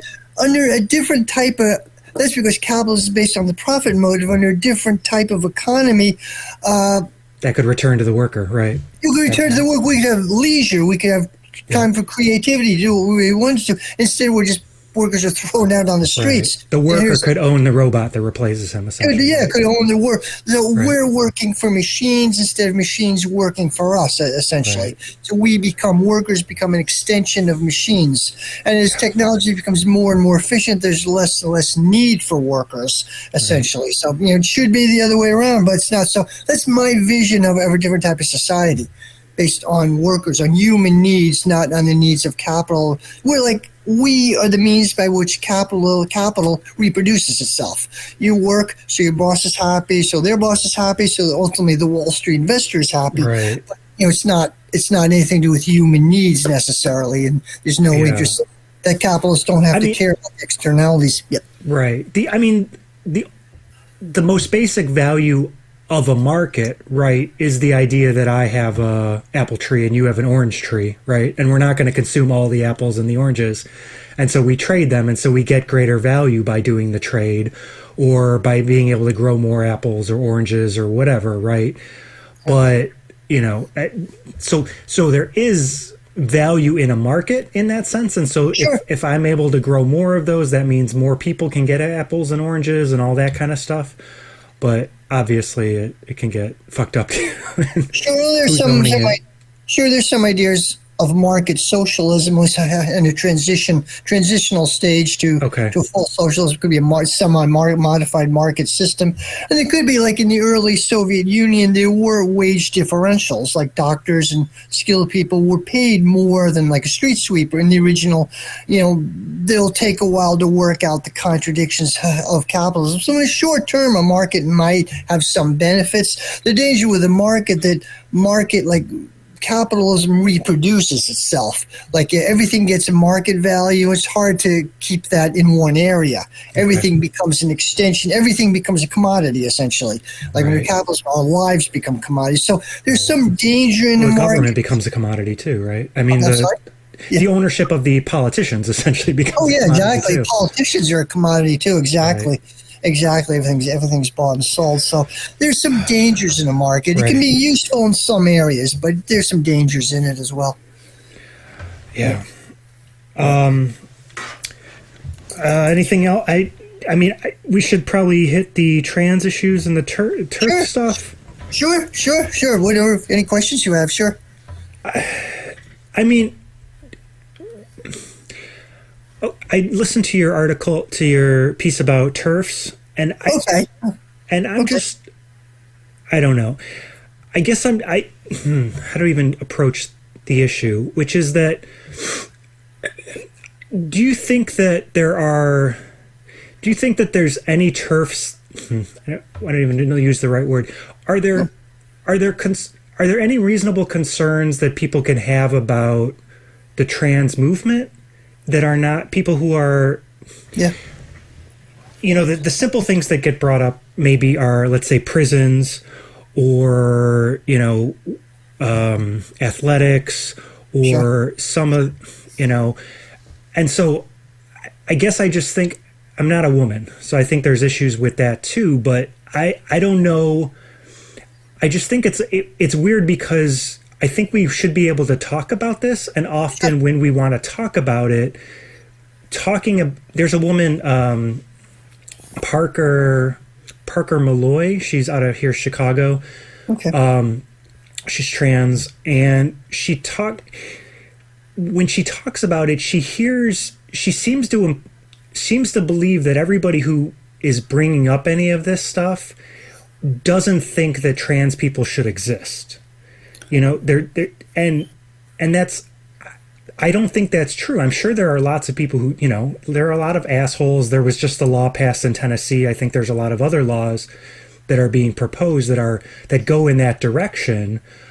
But I think we have to be able to talk about it without people assuming bad faith. Sure. You know what I mean? Sure. Okay. Yeah. Okay. You bring up some really interesting points. It's very complicated issue. Yeah. I think people should talk about it, absolutely. Many trans people get defensive about it, feel it's an existential attack on their very existence. That's the reason why there's often a lot of hostility. Right. It's somewhat overblown, but trans people do feel that turf, as many trans people feel, it's an attack on their right to exist. Right. Turf. And I get, in some extent it is, but to some extent people are really honest, have honest questions about it, and I get that. There are people, I think, who should know better. Jackson Hinkle, if you're familiar with him, he's a perfect example. He should know better, and he does know better, but he attacks LGBT people all the time. Oh, he Twitter. does? Okay. He knows better. He knows he's a grifter. But, there are some people who do this who are well-meaning, who just don't. Now, the thing is, LGBT, especially trans people, are now at the forefront of the culture wars, the wokest culture wars. Right. Now, I mentioned this in one of my videos. Max Blumenthal interviewed this guy, and I can't remember his name offhand, but there's an article making around the woke imperium. Now, obviously, I strongly support LGBT rights, but it's being weaponized in the service of U.S. imperialism. Right. Like I mentioned in my video about Ukraine, like in the last 30, 40 years, the West went through a sea change in relation to LGBT rights. I think this is a very good thing. Yes, absolutely. Like mid-1970s to the early 2000s, and things like same-sex marriage equality would have been unthinkable in 1960. Well, Obama came in against it. I mean, it's crazy. He came in against these politicians, they opposed it as long as they could, and then they put themselves at the front of it when he claimed Hillary Clinton and Obama. They claimed, Bill Clinton had DOMA, Defense of Marriage Act, and don't ask, don't tell in the military, which was disastrous. So anyway, politicians tried to block this as long as they could. Then they put themselves at the front of it, and it's being used, weaponized to attack, like Palestinians, Israel. There was a movement to try to make Israel LGBT friendly, which it isn't, by the way. There's a gay neighborhood in Haifa and Jaffa, I think. But, Israel, I have friends there. It's a very homophobic society. So is Palestine. So is the Palestinian culture, true. But it's being weaponized. These primitive Muslims are so homophobic. It's being weaponized against Russia. Now, Putin is homophobic, and I oppose this. I totally oppose this. But just the same, so is Ukraine. As I mentioned in my video, so is Ukraine. It's not, it's being weaponized. As far as back to the LGBT, the turf issue, trans people are just people living their lives. Right. It's been an explosion ever since the internet, the last 30 years, but it's just people living their lives. There's the first thing was the bathroom issue, early 2011 or so, around early 2010s. The many states, Arizona, and they said bathroom bills to ban, reserve, to be a genetic, or have your birth certificate to go to a women's bathroom. That statistically, no cisgendered women have been harassed by trans women. Just statistically, it hasn't happened. Tiny, it just has, but some right-wing politicians whipped up hysteria over this, and that kind of and that's the issue that she brings up too, and I think a lot of other people bring up, which is that it's weird because it's difficult because you can see both sides of it, which is that when you talk about, and this is kind of the New York Times coverage thing, when you talk about it a lot, and maybe with the J.K. Rowling stuff, when you talk about it a lot, it kind of turns it. You can see the negative on it. You can see the negative and the positive. You kind of want to talk about it because you want to start to normalize and start to get our understandings around it.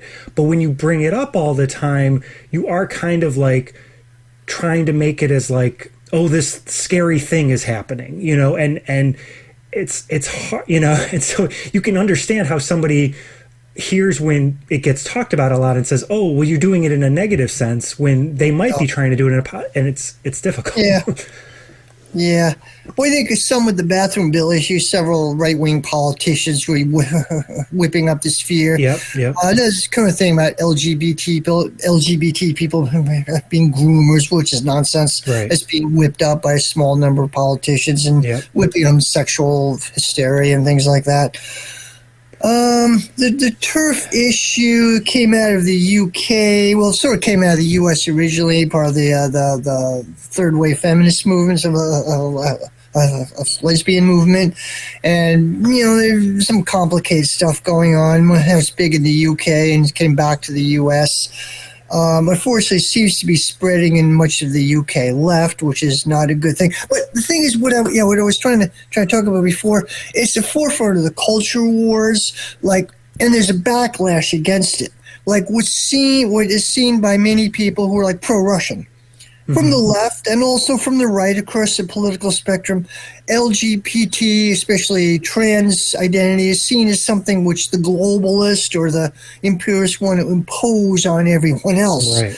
And there's which I don't agree with, but there's a backlash against it, which is not good for transgender people. There's a journalist, Sarah Ashton Cirillo. I talked about in one of my videos, which was taken down from YouTube. It's on Rumble.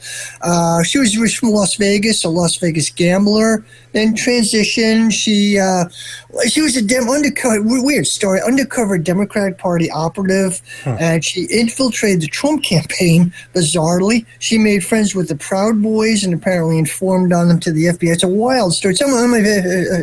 What's her name? Sarah Ashton Cirillo. She's on Twitter. She blocked me on Twitter. She's trans. Anyway, she went to Ukraine. She's in Ukraine right now as a journalist, but she's was embedded with the Azov Battalion. And she was talking about how LGBT friendly the Azov Battalion is. Well, because she admitted that they sexually harassed her, actually, but they're really okay with trans people. Oh God! Wow. I mean, people like that give a bad name to trans people, to say the least. There's this other person who, Assistant Secretary of Energy, and I forget this person's name. Oh yeah, He's genderqueer and stealing stuff or whatever. Yeah. Yeah, God, that gives a really bad name to people in my community. It's embarrassing. So it's inviting.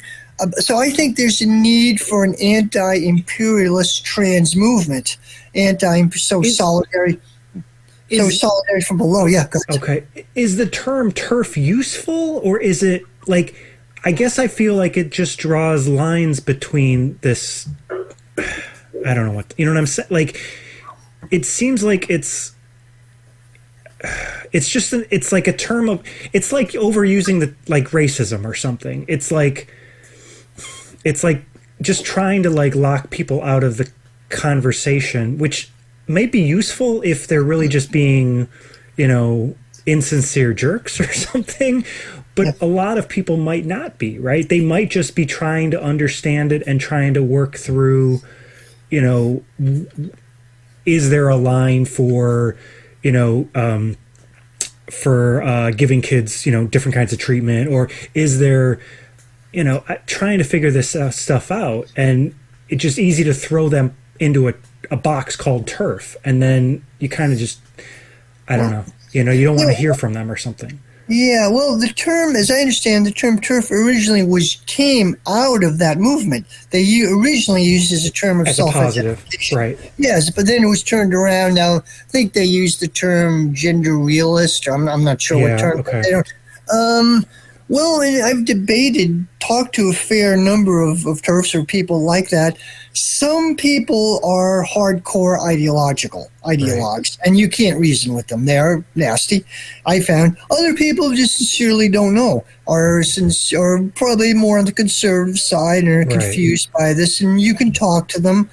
They're mixed. I have met many people who are very ideological about it, and they're impossible to reach, and they just go on the attack. But, you know, I think there is a need for education. People honestly don't know. This is a relatively new thing. It's not a new thing. It was around for thousands of years. But, you know, modern Western cultures, it's a relatively new thing. So I think there's a need to educate people. Like Lenin talked about patiently explaining to people what the story is. So, you know, I don't know. There is, you know, there are some UK TERFs, or whatever you want to call them, are J.K. Rowling people, are nasty. I think there is education available, and they just refuse to see it. So I don't really know the correct way. I do know that a lot of trans people see this as a threat to their identity, see it as an existential threat. I don't. You know, I take more of a open perspective, rather talk to people and dialogue as much as possible. But I do know many in the trans community who really feel under siege. They feel deeply threatened by this. Feel people want to destroy them, and you know. So it's hard to say. There is a need to talk to people, try to educate people as much as I can, which is kind of what I'm partly trying to do with my YouTube channel, in some small way. But you know. But it's also, I mean, I understand the difficulty of expecting the, you know, disadvantaged group to have to go around and explain to people that it's a tough thing to ask, you know, too. Yeah, you know, this is my identity. Why do I have to keep justifying my very existence to people constantly under attack? I mean, the information is there. Yeah. But, you know, like on the J.K. Rowling thing, you can have opinions on what you think, where she's coming from, and is she wrong, but there becomes like a thing about, you know, that came out with the game, and it's this question of like, well, I don't know, if somebody's buying the game, that doesn't mean that they buy into the rest of it. And it's tough, because I can understand how a trans person would see that and say, well, you don't give a shit about us or something. That's not what they're thinking about. And it's hard to question, like, should they have to think? It's weird, you know? I think too much was made out of that game. It was all over Facebook. My left book was all over. Very big on Mastodon, Yeah, way too much. I won't buy it myself. I mean, I'm not a J.K. Rowling fan, but I have nothing against people who enjoy her books. If you know, made pleasure for a lot of people. I haven't read them. I know people, friends of mine, who have more of a background in children's literature than I do, including my mom, who had a master's in children's literature. She said they're not that good. But, I have nothing at all against people who read her books or watch her movies. I'm not going to cancel her or boycott her, and I think it's kind of ridiculous. You like her, you don't, just her political positions are reprehensible. And, but, you want to read her books, want to buy the game, it's fine with me. It doesn't have anything to do with more important things to worry about, I think. Right. Culture stuff. We have to take it out of the range of culture wars and put it more on a material level. Like these are trans people living their lives. They're not a threat to anyone. They're not a threat to traditional values or any values. Just people living their lives. Yeah, I mean that's what I constantly keep coming back to, which is like, how do we keep trying to get the focus back on the issue? Because the latest law there, I guess there's just some Tennessee law that basically said it was trying to do like a drag. It was trying to like freak out about the drag show thing. And it was just saying like, if you, I think the way they wrote it is if you do a cabaret thing in a public space or something, you could be, I don't know if it was fined or arrested or something. Yeah. And it obviously didn't make any sense, because if there's indecent, that's already a problem, right? So you don't need another law for that.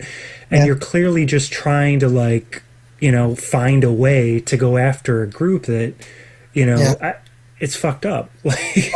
Going after a group that's already marginalized. Yeah. It's not a threat to anybody. And you're probably not going to do anything with that law, but it's a virtue signaling on the other direction, right? It's a virtue signaling to conservatives, it seems like, Yeah, exactly. There's a big thing about like hysteria whipped up over puberty blockers given to young kids, young children transitioning.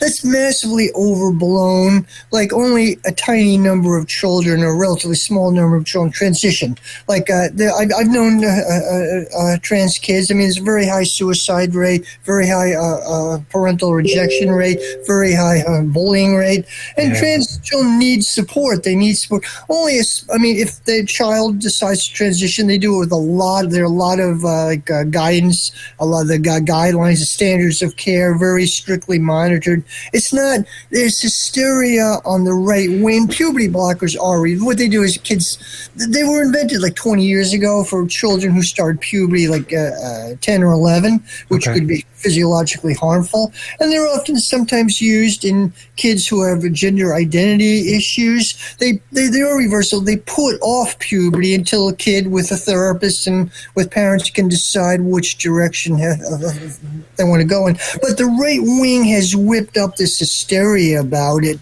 including it's reflected on parts of the left as well.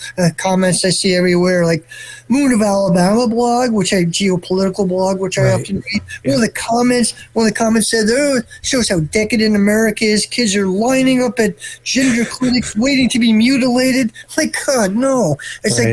It's total nonsense. This hysteria has been whipped up. That's seen as the ultimate sign of Western decadence by both the right and even parts of the left, which is missing the point totally. But that ties into this other thing, which is, it's tough because we're outside the norm. So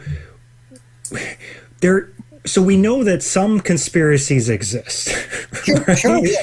Then so much of this gets played on this conspiracy stuff. Like I think what you referred to earlier, which is like that somehow the trans movement is somehow part of the, World Economic Forum or some shit. Yeah. And so like on the trans thing, they're like saying that the doctors are getting paid so much every time that they transition some kid, or so that's why they do it. It's somehow tied, and then and then they tie that into the COVID stuff, and it's like there's always some money to be made. So there's always, but it's like, there's incentives, but it's also there is generally a generally reasonably functioning, I don't know, medical establishment, scientific something, but it's hard to know where to draw these lines, and you do know that there's fuckery involved, but it's tough, you know? Yeah, well, people rightfully don't trust the media. The Right. legacy, they know the media is lying to them.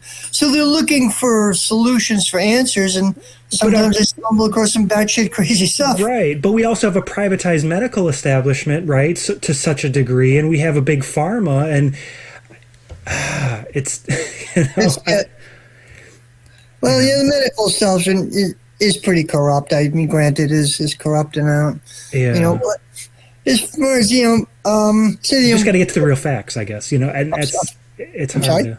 You just always got to try to like stick with the facts, and it's hard because people want to, believe their tribal stuff. So there's a lot of tribals, and we try to find someone who seems authoritative and knows what they're talking about. It may not be a mainstream expert, but someone who seems reliable and has a good track record. It's not always easy to do, but yeah. So and that was like the COVID stuff was really difficult with that, you know. I've had some alternate viewpoints on that, but I don't really want to get into that too far. I don't want to get really into that too much right now, but yeah. Well, okay. Thank you. Anything else you want to get? I mean, I think we're both very supportive of Assange. Definitely, very much. I interviewed one of my earlier videos, Steve Poikonen. Okay. Oh, he's head of the American Assange Solidarity Committee. He was on YouTube. He's on Rockfin AM Wake Up. He's a good, interesting guy. Sort of an anarchist, anarcho type person. A good guy, very knowledgeable. But yeah, I'm a big supporter of Assange. Huge supporter of Assange. Absolutely. Yeah, it's major freedom of speech. Yeah, a lot of what you said, I totally agree with. We need information dissemination of information, decentralized information. A lot of what you're saying, I agree with. Yeah. I mean, I'd go a little deeper for a class analysis, politics, the working class. But a lot of what you said, I totally agree with. I don't really disagree with. Yeah. It's tough because ultimately we have to like be operating on this, best possible understanding of reality. But at the same time, sometimes I feel like what we struggle with is that sometimes there might be an inconvenient truth to, and that's where people can kind of go, even when there's not economics involved or money involved, people might not want to talk about something that, I don't know, is inconvenient for, what they're trying to achieve. And it's tough, but. Right. As far as COVID goes, I'll just say briefly, the first part of the narrative has been kind of debunked. We know the vaccines do not prevent infection or transmission. And Fauci's like 5 jabs. He had the bivalent booster, and he's on Paxlovid. He got COVID twice. Biden got COVID twice. Jill Biden got COVID. Rachel Walensky, head of the CDC, got COVID. Everybody I know, I know 8 people. Anecdotally, I know 8 people in real life who got COVID. Every single one was fully vaccinated. So, do you think it doesn't help at all?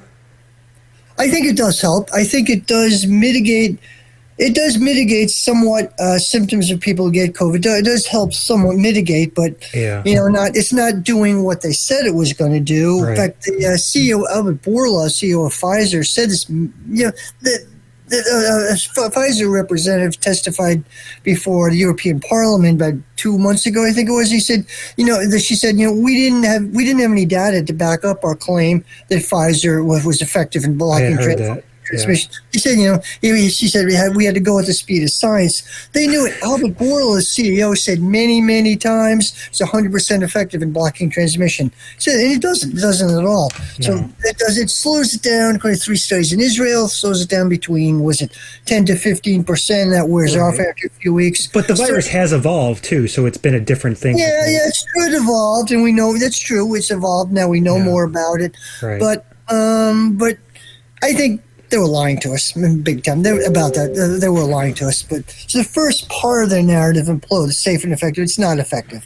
And the other part is a bit more complicated. But so I got a lot of criticism myself from people on the left and, people about criticizing the narrative. But, that's where we're at. Yeah. The other thing I guess might be from my understanding currently, I do think that the long-term effects, let's say things like myocarditis or pericarditis, is worse from having had the virus than from the vaccine, although I do not doubt that the vaccine does cause some problems.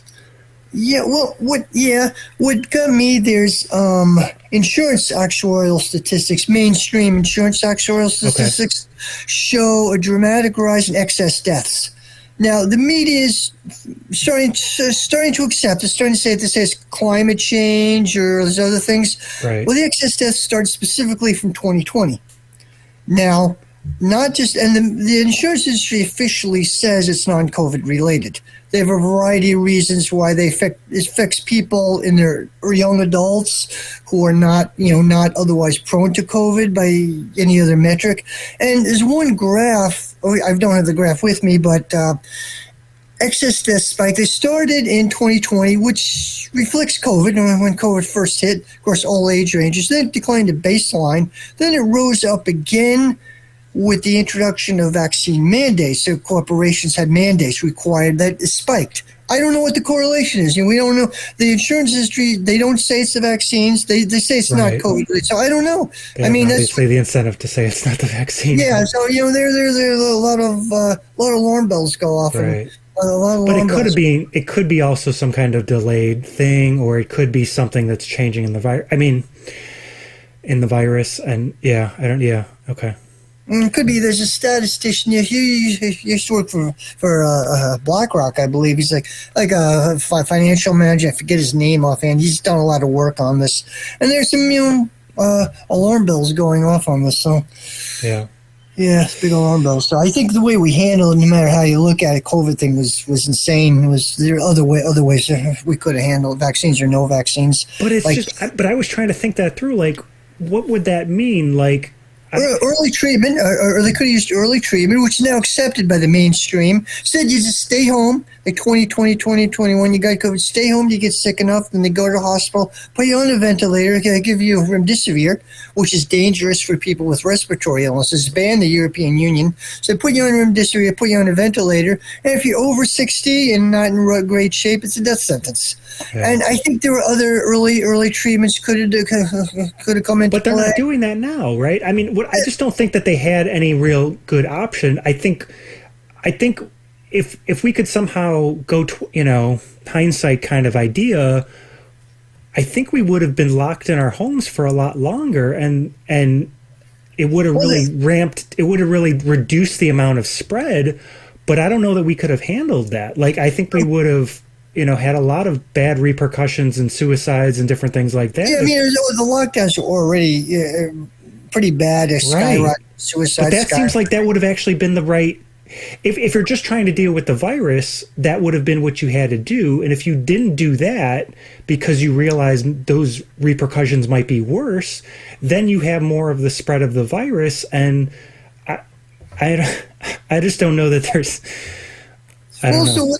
What they say, the virus didn't go on the 4th generation of it by now. It's a single-strand RNA virus, and it's a known fact that, well known about viruses, the more it evolves, the more virulent it develops, the more it spreads, but the less dangerous it is. Yeah. So it's like a bad case of the flu right now. Yeah, last year, 2 years ago, they would close down a whole school where I work at. One kid they'd close down the school. Now, kids get it all the time. They're just out for a few days like the flu.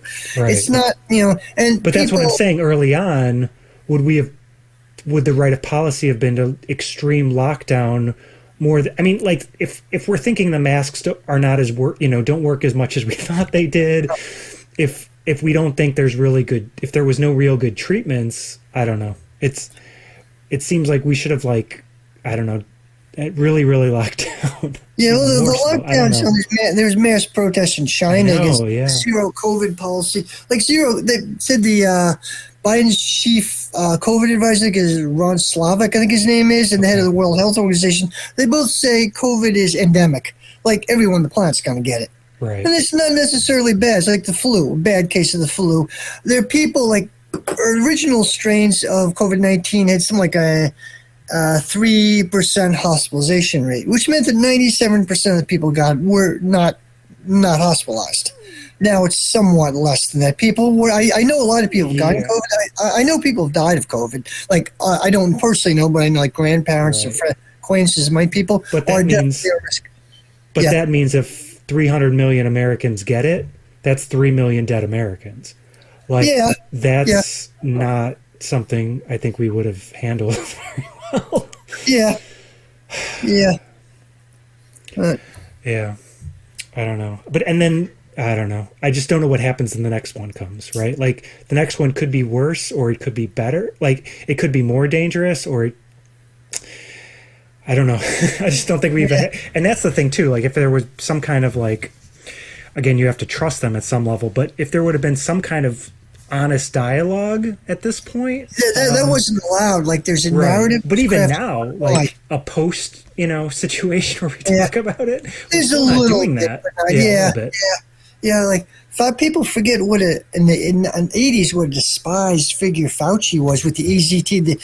The gay community hated him. With the AZT, the AZT AIDS crisis, AZT was used to combat it. Didn't the head of ACT UP end up being friends with him after? Like, I thought they ended up... I don't know. I don't know. But anyway, AZT was very expensive, very intrusive. Likely some places it killed more people than AIDS did. There were other treatments. AZT is not used now.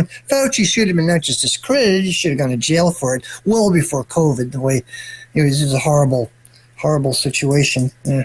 It's just so tough because you have no idea what the fuck's gonna happen. Like, we can say these kinds of things now, but they have to deal with it when it's happening, and they don't know. Even what they think they know, today might be very different in a month. Yeah. Are you familiar with Whitney Webb? Yeah. Yeah, she's discussed some of this. Some people slam her as a conspiracy theorist, but I think she's pretty well bases her arguments on facts. I think she tries very hard. Yep. Yeah, she describes some of the stuff going on. Like, it's eerie. There was just a role-playing exercise back in, like, 2019, a few months before COVID hit. Right, but there had been one before that, too. Yeah, true. They have this every couple of years. That's true. That's true. But it seemed a little eerie that they had a simulation of CNN, they had a simulation of lockdowns. I mean, they admittedly they have this every couple of years, but may not be as sinister as it sounds, but it does sound a little odd. And they had another one like a couple months ago. I forget what it was called. Where they had another simulation near future pandemic for 2025, which had everything COVID locked. Like, this future pandemic killed children. Which the COVID-19 did not kill children. I mean, it didn't affect. A small number of children did die, but 15, I think, something like that. But this future pandemic kills children. It affects Africa. Like, COVID did not. African people weren't worried about it, really. So it has everything that COVID locked. It just sounds odd. I don't know what's going on. I can't say I know what's going on, but it sounds a little odd. Yeah, I mean, if this would have killed kids, we would have lost our fucking minds. Like, yeah, I mean, they couldn't keep the school lockdowns going because it didn't. They couldn't. The school lockdowns were key to all the other lockdowns. If schools are locked down, parents have to stay home and watch their kids. So they couldn't keep that going on because it wasn't killing kids. Yeah, I mean, it would have been a dramatically different situation than if it killed kids. But it didn't affect kids. It didn't affect older. Most of you have people over 60, over 50. 60, which is probably, I mean, if we think that something's like this that's probably what we would have to do, right? Which is we would do less of the overall lockdowns, but we would really try to focus on the older folks. Some targeted, but lock down a whole society with no real reason for it. Targeted protection, but yeah. Fantastic talking to you. Thank you. Thanks. Okay. Hope I didn't get too controversial. No, it's good. Another time, I'm good. The way I try to do this is just kind of have a weekly show and just kind of talk about whatever's in the news. So if you ever want to come on and even just talk for 10 minutes or something, and for tonight, send me any links that you've got. If you want me to post it, I'll definitely post to your YouTube page. Anything else too, and I'll get the show up tomorrow. So sure, appreciate it. Okay, thanks. If you could send me a link to the show. Yeah, we'll do. Cool. Thank you, man. Okay, sure. Thank you. Enjoy talking with you. Have a good night. Yep. Good night. Bye.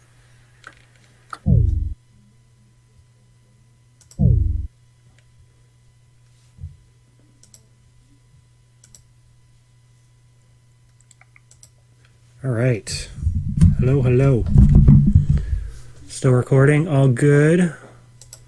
We are at 1:58. So I am going to play another song. And we'll get to the news. Oh, I think that was a great conversation, huh? Yay. All right. I have not been seeing this. Someone's talking. Okay, I'll read some of that later. Let's get a song going. If I can figure out where the hell my shit is. Did I play this recently? I think I did, but let's go with it. It's a good one for tonight. The Misplaced Optimism of the Doomed by Conan, Neutron, and the Secret Friends off the album Dangerous Nomenclature from 2022. And it's probably my misplaced optimism. I think Kate's was maybe more realistic. All right, I'll be right back.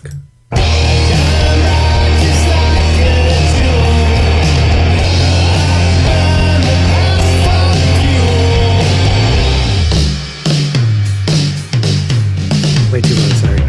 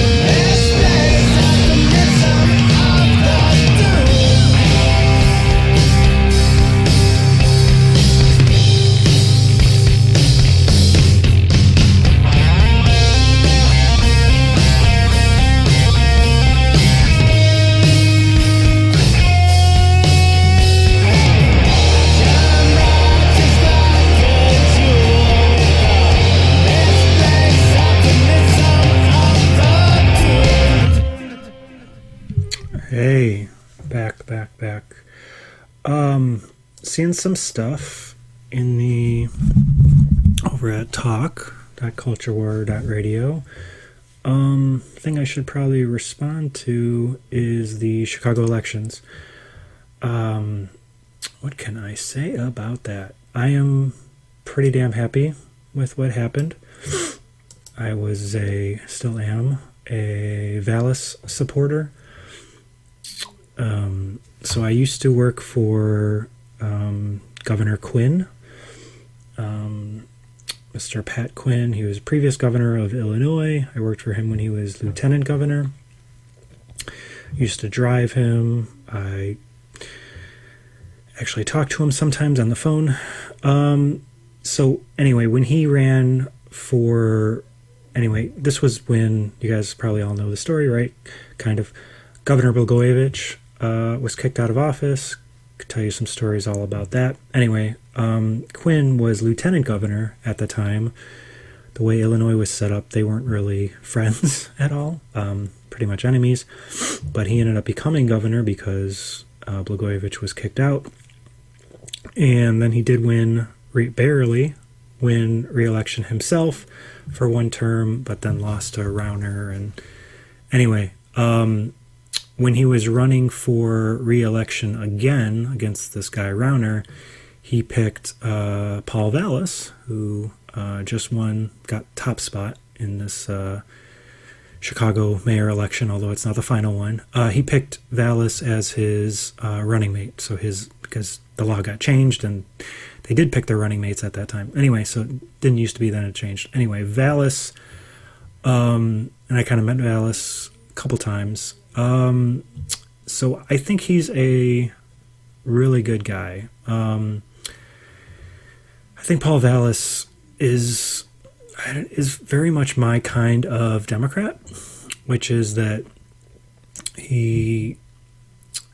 my kind of politician more than Democrat, but he's a guy who really is just trying to figure out like what the best policies are, and he is a geek for policy. He really looks into this stuff. He's really trying to just figure out, what do we need to do? What would really work? What would really help people? What is the answer here? And Paul Vallis really shook up probably a number of other places, but if anybody knows about New Orleans after Katrina, they completely kind of redid their... I've actually talked about it with a friend of mine who has now moved down there and has kids down there. They really shook up and they chartered and I don't know, what do you call it? Created a education system down in New Orleans where I think it's very much that the money follows the child.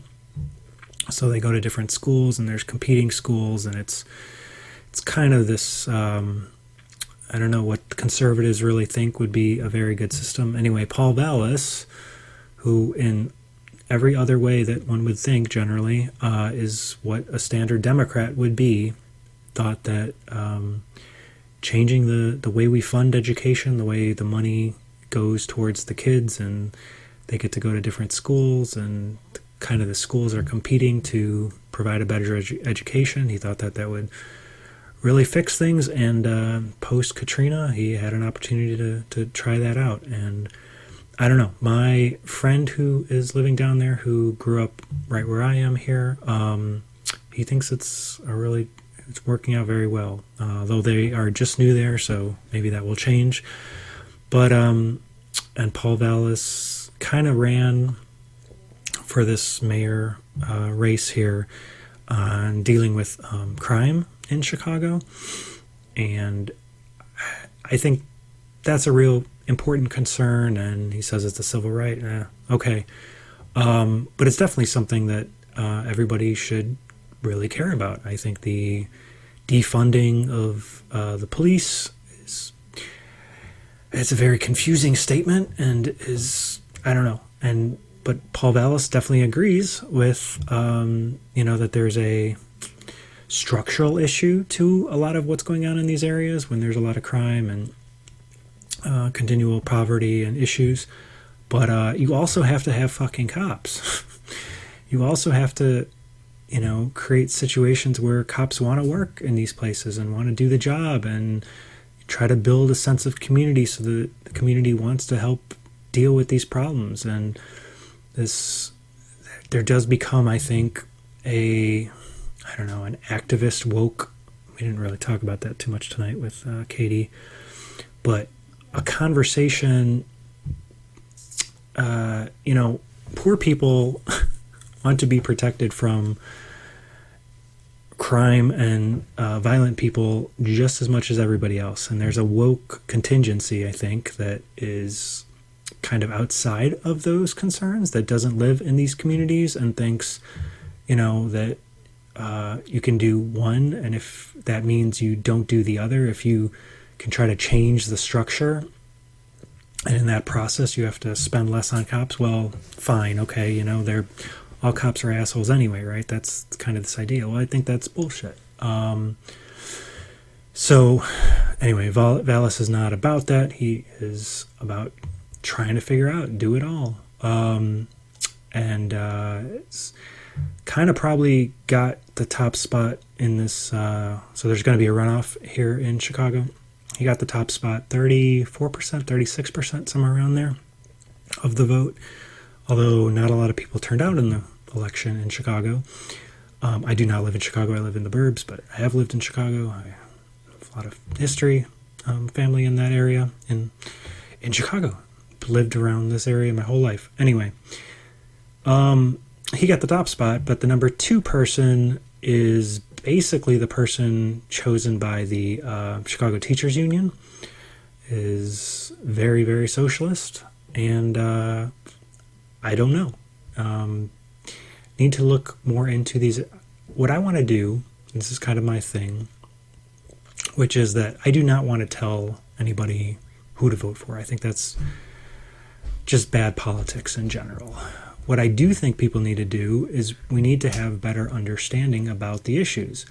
We need to think through the issues. We need to think through the different policies, and we need to try to understand who we think are really good candidates. That's why I kind of brought up the issue of integrity and trying to choose candidates based on who we think are really committed to solving these problems, are capable of solving these problems, are not going to be corrupted. That to me is really who we should want to elect. But I can't tell you who that is, because a large, piece of that is, when you trying to judge a candidate, it's kind of based on how you understand issues, and then whether they kind of see things, understand things the same way. Or if they don't, can they explain it to you? Can they educate you about it? It's kind of what Katie brought up kind of in a different way, which is that, what is maybe the left or socialists look at, maybe electoral politics isn't a workable thing. It's really not the key, but there is something about having politicians educate. Well, I don't agree with that. I think electoral politics is really important, but I absolutely agree that there's so much about understanding that comes with, or should come with, what an election ends up being about. So anyway, I think Brandon Johnson, so it's going to be Paul Vallis and Brandon Johnson running April 4th, I think is the final election. They really should have ranked choice voting in the Chicago mayoral election, but they don't. But Brandon Johnson, I don't think has ever really headed up anything. But he is a very good campaigner. He is very much with the Chicago Teachers Union. He is supported by them strongly. I don't know. So it's a clear, division there on what kind of mayor Chicago is going to want. So there were 6 other candidates. So the people who supported those other candidates, they're probably going to vote again, and they're going to have to choose between the different candidates running. There's a ton more people who are eligible to vote that did not vote, so it's really kind of difficult to see where this is all going to go. And then there's all the campaigning thing, which I fucking hate. So I want candidates to try to, I would love regular long conversations like what I did tonight, but between candidates, much longer, ongoing, and between these two, and trying to say, well, this is what I think, we should focus on, and this is what I think we should do about it. And Paul Vallis has a history of dealing with lots of different crisis situations, different problems. He's been known to be basically a really shitty campaigner, but pretty good on understanding issues and policy. And so, I don't know, big choice to be made in Chicago. People talk about, if Chicago doesn't have a good mayor, it could really fall apart as a city. Yeah, I don't think that's true. I think people kind of overplay on this stuff. Chicago is so violent. Well, it's actually way less violent than it was in the 90s, and I don't think it's gonna die as a city. If the weather keeps up the way it is, it's gonna be people coming to Chicago just because of the weather, because it has been such a mild winter. That has been, the number people say, well, I'm leaving because of the taxes. No, a lot of people leave Chicago to go, let's say, down to Tennessee just because the weather kind of gets to them after many years. So that may change. It's a fucking beautiful city. It's on the lake. It's just an amazing place. But I think it could be run a lot better. There's a lot of history of corruption in Chicago. Don't think that's all. I think it's better, but it's not the way it should be. There's a lot of racism and segregation in the way Chicago's been run. The north side does pretty well, and the south and west side kind of gotten forgotten. That's been my entire 40-something years living in this area of the country. It could be so much better, and we will see. We will see where it goes. Yeah, so, all right. That is what I'm going to say about that. It is 11:15. I think I'm going to play another song, and then I'm going to try to push through the news pretty hard. So let's get another song. Cheek Next to Yours by Ace Bushy Striptease off their album Slurped from 2014. Did that make any sense to you at all? Cheek Next to Yours by Ace Bushy Striptease. Trundling along the M40 into the vacant mocking up of reality. I just wanna put my cheek next to yours. You said this was a year without regret, but you said that last year, but maybe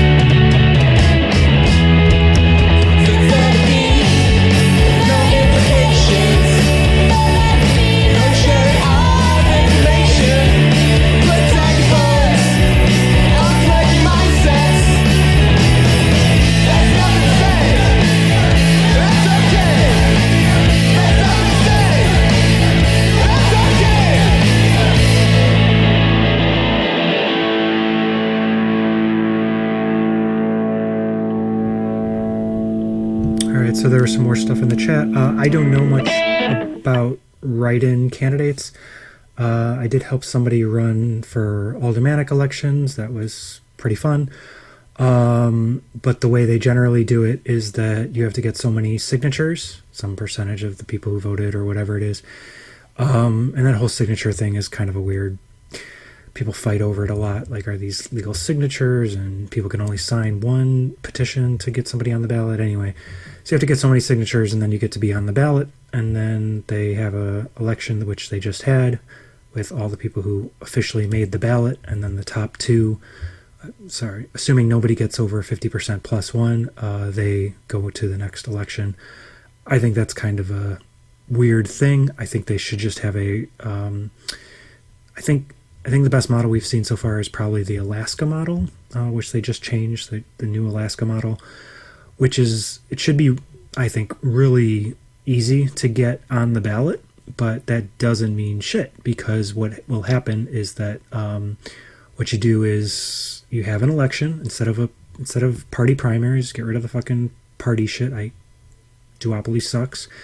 So you just have an election, and the top, you just vote for one person in this election, and the top, let's say 4 or 5 or whatever people who get get the most votes, they go to the general. And in the general, you have a ranked choice vote, which you can look up, and it's a little complicated, but it's totally doable and understandable, and it's making a lot of progress around the country. And so you have a ranked choice vote in the general from the top, let's say 5 candidates. I think it's called Final 5 voting. Some people talk about FFV. So I think that's how we should fucking do it. So we should do that for lots of elections. But anyway, then Chicago, it's just going to be the top 2 people, because nobody got over 50%, and whoever wins, that'll be the way it is. I don't know about write-ins, how that's allowed or not allowed or whatever. So let's see if I can get to the news. I think I'm going to make it. I got to do 40 minutes to do all the news. We'll see. Some of the news has been really short. Will I play any songs? I don't know. Let's get through it. February 27th, Monday. I pulled this from Wikipedia. People have complaints about Wikipedia, but anyway. February 27th, this last Monday, M23 rebels seized the town of Rubaya and the Rubaya coltan mines in North Kivu, the Democratic Republic of the Congo, after government forces withdraw from the area.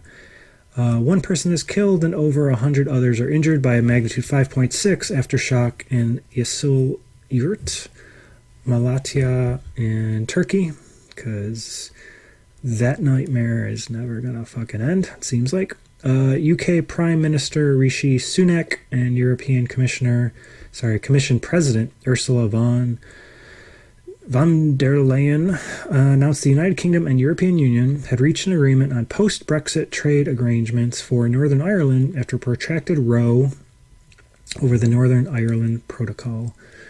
I don't know enough about that. Look into it. Anyway, Egyptian Foreign Minister Sameh Shoukry visits Syria and Turkey in the first official state visit by Egypt in more than 10 years amid strained relations in both countries. That would be Egypt and Syria and Turkey? No, sorry. Visit by Egypt. Visit with both countries. Okay, so Egypt's strained relations with Syria and Turkey. Yay, I guess. That's good. Again, anything that I've said tonight with Katie or that I'm saying now, and you fucking disagree with, you think I'm an idiot, you think I'm wrong, you think what other, that's the whole damn point of this show. To understand, to try to work out our differences, to try to, if we disagree about facts, try to figure out what that's actually true, and then try to share, to come to this with an understanding that we all have different perspectives and different reasons for why we think things, and to work it out. So again, anything you disagree with, I'll be back 9 p.m. Go to talk.culturewar.radio. You can jump in the room 9 p.m. next week, Central Time, Sunday night. Anyway, there you go. Probably say that again a few times. I don't know. And the last thing before the end of Monday, Constance Martin and Mark Gordon are found and arrested in Hollingbury, Brighton, England. After they went missing with their newborn baby on January 5th, they were found without their baby, which triggered a huge search involving over 200 police officers. Did they find the baby? I don't know, and I don't have time to dig. I'm sorry. February 28th, Tuesday. An Israeli-American man is killed in a drive-by shooting on a highway in Jericho in the West Bank. The Taliban killed the leader of operations and intelligence of Islamic State, Khorasan province, during a raid in Kabul.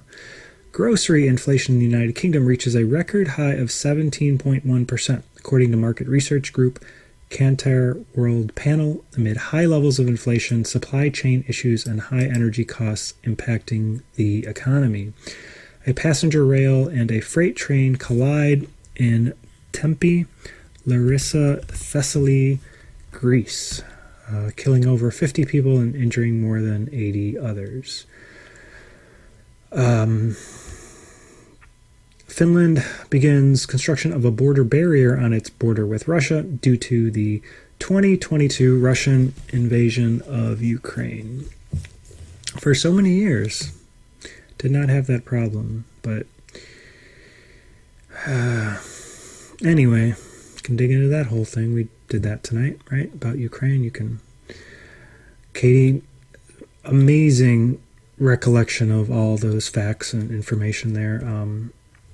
No reason to doubt anything. Everything that she'd said, I have heard before, or something very similar to that. And yeah, but if you're out there and, you know, it seems like most of the world thinks differently than her and I. So anyway, opposition parties call for a rerun of this year's presidential election.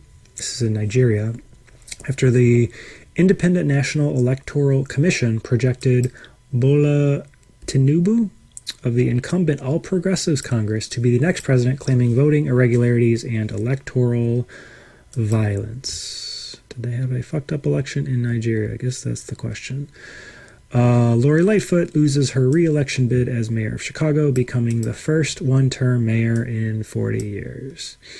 Because Chicago is pretty damn corrupt and she didn't have a constituency, which is kind of why I think she was actually really trying to do the right thing and probably a decent mayor, and probably may have not lost if there wasn't all this stuff going on, all the race stuff with the Black Lives Matter stuff, and obviously all the COVID stuff too.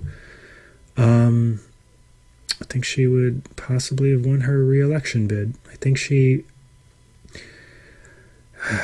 I really hate all the fucking treatment of how she looks and taking the worst pictures of her, and it's just fucking horrible. But she also has like a weird personality. Like she's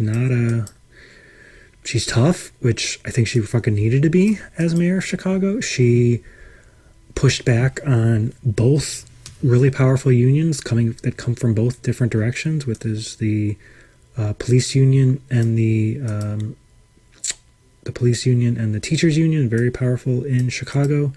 I didn't mention that. I probably should, but that I don't like the part of Vallis that he's kind of friends with the police union. I don't think they are as like his main support as much as the Brandon Johnson's has the teachers union behind him and basically holding him up virtually completely. But I also don't like that Vallis now seems to be getting money from, kind of big money, generally what would normally be Republican interests, financial interests. I don't think, my understanding of Vallis is probably still going to just do what he thinks is right, depending on who's supporting him. But that I've always got to say, it does fuck you up. That, the groups you end up running with, just because of who's supporting you, who you're spending time with, because you're going to like fundraisers and stuff, does end up changing how you see the world often. And so that is, it's dangerous for any candidate. So I don't know, but you need money to run in these elections, and it's fucked up, and it's what I really want decentralization to help fix. So, but yeah, I don't know. I can't say I did not really dislike Lori. I think Vallis. I don't want to say. Yeah, I mean, I do. My honest assessment. I think Vallis will do a better job than will if he's elected. Will do a better job. I think people should weigh their own concerns on that. I'm trying not to say vote for him, but anyway, kind of sad to see Lori go. I think it would have been really interesting if she would have kind of brought Vallis on, which I think he would have 100% been supportive of, to kind of help her deal with all the, he's been involved in Chicago government before, and she had not really, and he could, and I think he totally would have loved to help her manage things. It's kind of, I don't think he wants to be mayor so much as like just fucking make shit work better. And the last item, Canada bans social media platform TikTok from all government-issued devices, citing an unacceptable level of risk to privacy and security from the Chinese-owned apps.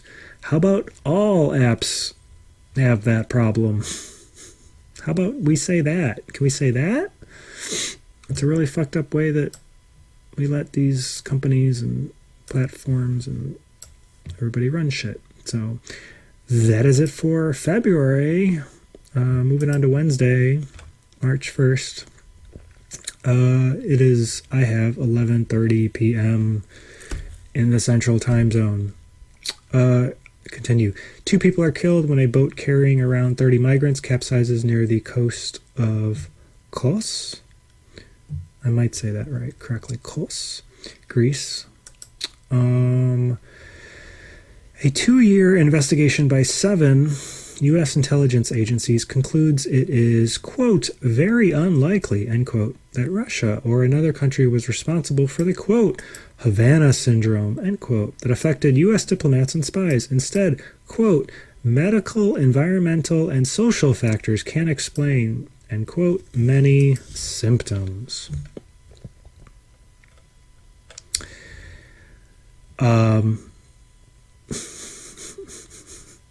If I have a people, they are my people. The Greenwalds, the Taibis, the Aaron Mates, the Caitlyn Johnstones, I call them liberals. I call them anti-establishment, lefty liberals, and that's another issue like Russiagate. That they went against the standard narrative and seem to have been proven correct. Takes a while. Get a lot of people saying you're a shithead and you're, anti-American or Putin puppet or whatever the hell, but you just gotta follow what you think makes sense. The finish and be on it and just say it and deal with all the assholes. Sucks. Get frustrating at times. I was thinking about that today. It's kind of hard. It's okay, like, right in the fight of things, but, like, over time, it's just like, really, can't I just be, like, play the game and just go along with what everybody thinks and get a lot more followers and love and invited on things and want people to do my show and all that stuff and maybe get hired by somebody and not fear that, trying to get a job in something else, people might get upset about what I said and whatever. Destroy your soul though, right? If you did that, if you're not honest. The Finnish parliament votes 184-7 to formally approve the country's ascension to NATO and to adopt the military alliance's founding documents. Hungary and Turkey have yet to approve Finland's membership. That's a thing in NATO. To join NATO, you have to be unanimously approved by the current NATO members. So they don't have that yet. Constance Martin and Mark Gordon's babies' remains, oh Lord, are found hidden in a shed 2 days after the couple were found and arrested. The couple are charged with gross negligence, manslaughter. It is believed the baby was dead for some time before it was found. Greek Transport Minister Kostas Karamanlis resigns in response to last night's train wreck in Tempe that killed more than 50 people. Hey, Pete, do you want to resign? Sorry. Thousands of users of Twitter worldwide report issues on using the social media platform, including the inability to view new posts on their main timelines. When February ended, I did jump back on Twitter, but what I've been doing is kind of being an asshole, I guess, is I've been unfollowing people, and when I unfollow them, I say, I'm unfollowing you, but I would love to I would love to follow you on the Fediverse. Come on, join us over there, because here you're forcing people to deal with a lot of shit, and that sucks. And you really shouldn't do that. You should give people another way to follow you. So, and a lot of people don't like when I say that, but it's been kind of cool because it kind of eliminates my interest in wanting to use Twitter, because I'm not seeing those people, and I'm not seeing the updates from the people that I would otherwise see on Twitter because I don't follow them. So everybody just fucking join the Fediverse already. Come on. Romanian Prime Minister Nicolae Ciucă unveils an AI-run honorary advisor named Ion, which will synthesize submissions by Romanians relating to their opinions and desires. Ciucă says that this makes Romania the first country in the world to have an AI government advisor. Nothing can go wrong there, right? All right, we're going to do Thursday. I don't know. I'm just going to go straight through, right? I don't know. All right, March 2nd. We're moving on to Thursday. Russia accuses the Ukrainian sabotage group of attacking the villages of Lyubichane and Sushani in Bryansk Oblast and taking hostages. However, Ukraine accuses Russia of staging a false provocation. Okay. A Russian missile strike on an apartment building in the city of Zaporizhia kills 3 civilians, injures at least 4 others, according to Ukrainian police.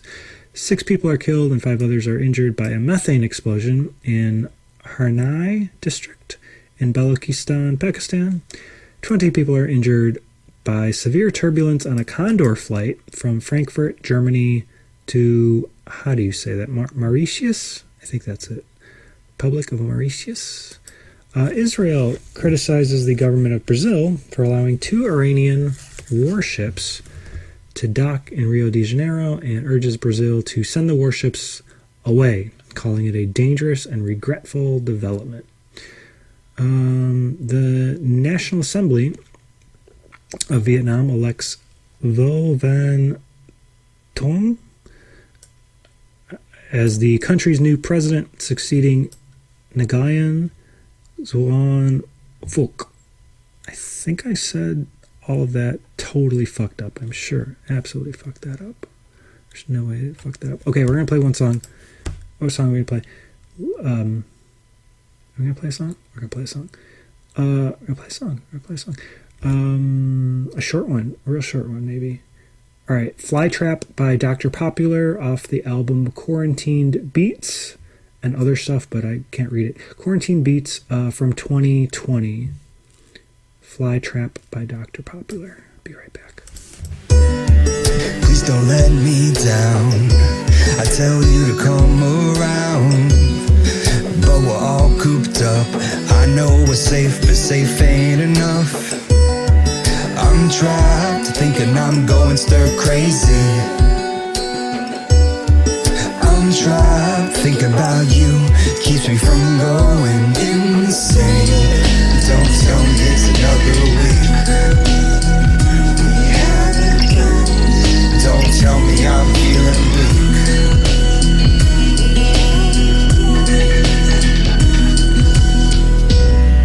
Please don't say that we're through. I've been trying to reach you.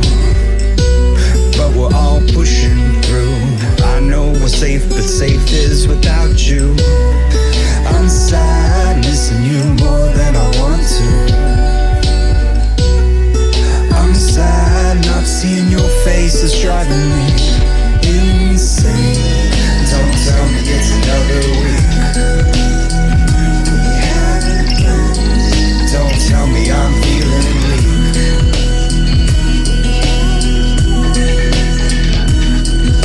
I'm still wishing it's just you and me. Time to declare an emergency. You were ripped from my arms, I could see it clear. Now I'm stuck wondering why I lost my fear. Didn't mean as much to you as it meant to me. I don't wanna see you through a screen. You were done first to run when things fell apart. Please don't go far. Insane. Don't tell me it's another week.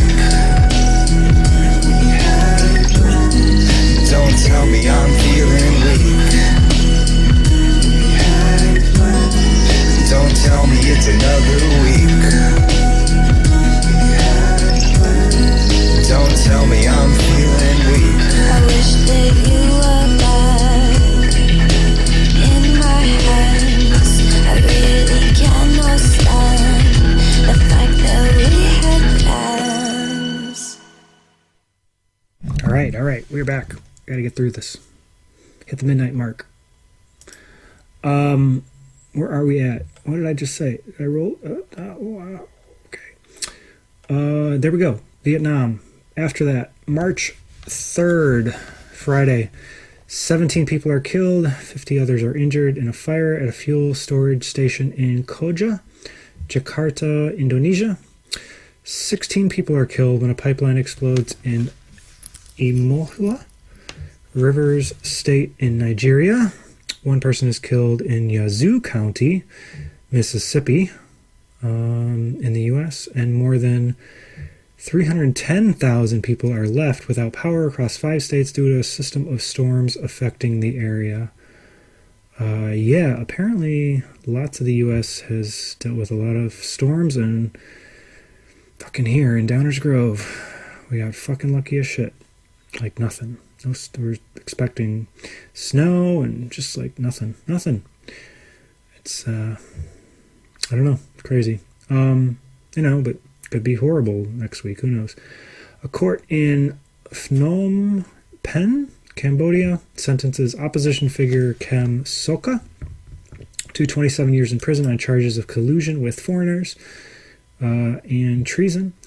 And a court in Minsk, we mentioned the Minsk Accords earlier, didn't we? A court in Minsk, Belarus, sentences human rights activist and 2022 Nobel Peace Prize laureate Ales Bialyatsky to 10 years in prison on charges of financing actions violating public order and smuggling. And apparently I got to look into the NOLA mayor recall. Anyway. All right. Got to do that. Okay, keep going though. March 4th, Saturday, yesterday. Back to Russia and Ukraine. Heavy street fighting takes place between Russian and Ukrainian troops in Bakhmut in the Donetsk Oblast. The city's deputy mayor, Alexander Marshenko, says that not a single building has remained untouched by fighting and that the city is almost destroyed. In a rare high-level visit to the Donbass, Russian Defense Minister Sergei Shoigu is filmed inspecting troops in the Eastern Military District in the South Donetsk direction. I have no idea, like, who's winning, who's losing, like, what the it's, you listen to both sides and you get two very different stories. So, I don't know, I think if both sides wanted to, this conflict in Ukraine could go on for years, many more years. I don't know. Burundi deploys 100 troops to the Eastern Democratic Republic of the Congo. That's a whole other thing we should be talking. There's a lot of these. That's what I try to do on the show is by going through Wikipedia. These things do get talked about. These issues that are going on in these other countries and ongoing conflicts, and then like it did with Ukraine. Eventually, sometimes, if you are an American, I am an American. Now America's involved. Well, with Ukraine, America was involved earlier, but there's these ongoing fights, and it's good to know what the fuck is going on in other countries, even though the U.S. media doesn't really tell you about it very much. Anyway, Burundi deploys 100 troops to the Eastern Democratic Republic of the Congo to help the country fight insurgencies by militias, including a group that I've mentioned before, the M23 or March 23 movement, Congolese Revolutionary Army. So, anyway, it's good to know. It's good to know what the fuck's going on. It would be good to know what the fuck's going on, really, if we had, like, a United Nations that, like, did shit, and, like, we as all, like, members of the world could, like, come together and, like, try to fix these things and know that it wasn't, like, one nation's interests or, one business interest who essentially influence very strongly a country's interests, and so that's why the country gets involved, and we actually could, like, I don't know, collectively as a world try to, like, solve these issues when a country can't do it for themselves, or decide we shouldn't get involved because that's a choice too, or do something different than if the world has been involved, or if some other country is being involved in some other country's issues and we should try to deal with that. It's this thing is complicated, and it would be smart, I don't know, be smart if we as citizens of the world try to think this stuff through and not just show up, when it involves us.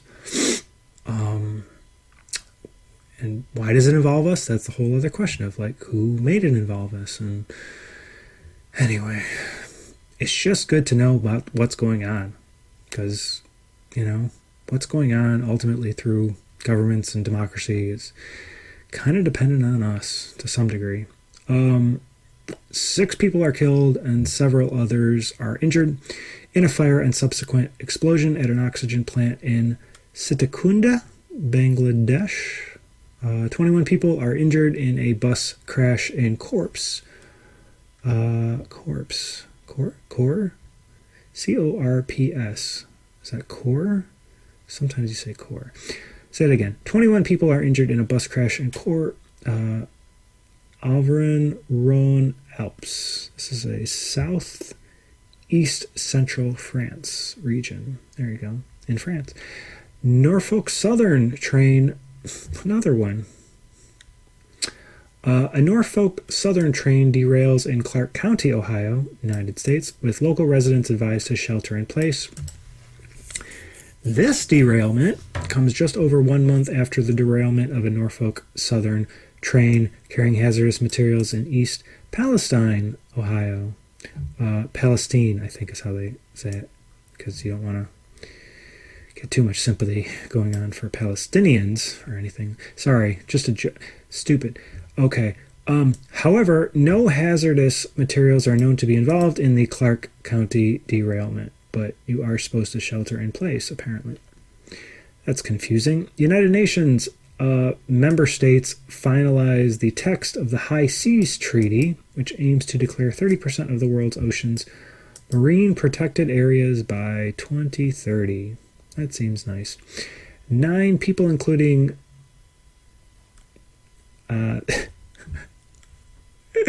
take me out of context, I sound like a complete asshole when I say this, but 9 people, including Negroes Oriental, Governor Roel Degamo, are killed by unknown gunmen in Degamo's home in Pamplona, Philippines. Let me say that. 9 people, including the governor of Negros Oriental, Roel Degamo, are killed by unknown gunmen in Degamo's home in Pamplona, Philippines. Okay, that I'm done saying that. And here we go with Sunday, March 5th.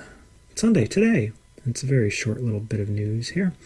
3 Armenian police officers and 2 Azerbaijani soldiers are killed during border clashes near the Lakin corridor. Both nations accuse each other of opening fire first.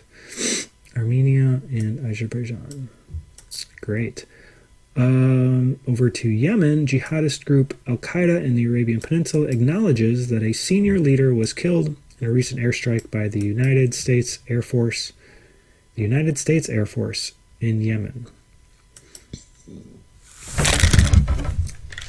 Lost my headphones there. Lost my headphones. Okay. I just love that we are everywhere. Okay, continue. Estonians head to the polls to elect the 101 members of the Riigikogu. I assume that's their parliament. Yes, the unicameral parliament. Okay.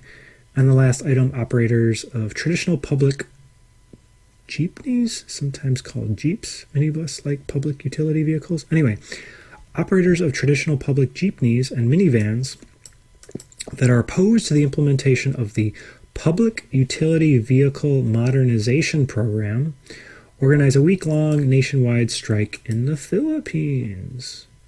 Interesting. They have a picture of jeepneys. It's quite a cute little vehicle. Pretty cool to ride in one of these things. It's kind of like all styled out, and I wonder if that's a standard thing.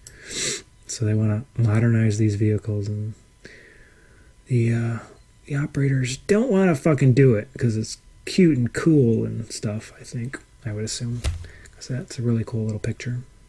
Look up jeepney in Wikipedia. Alright, that is it. I'm ending early, I guess. Here we go. Headphones did find me. I did find them. I don't know.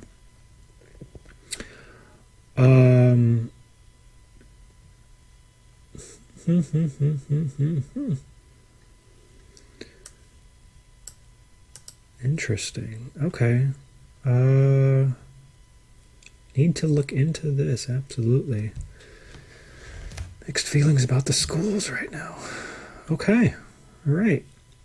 Yeah, I don't know. My thing with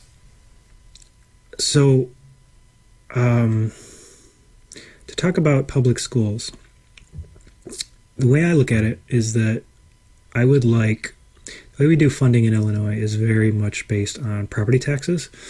So schools in, I don't know, wealthier areas in Illinois are generally just better funded per student than in poorer areas of the state, which is, I think, really fucked up and wrong. And it's kind of going to perpetuate a problem. But, okay, so what I would like, but again, it's difficult because, okay, so anyway, the money's coming from the property taxes, right?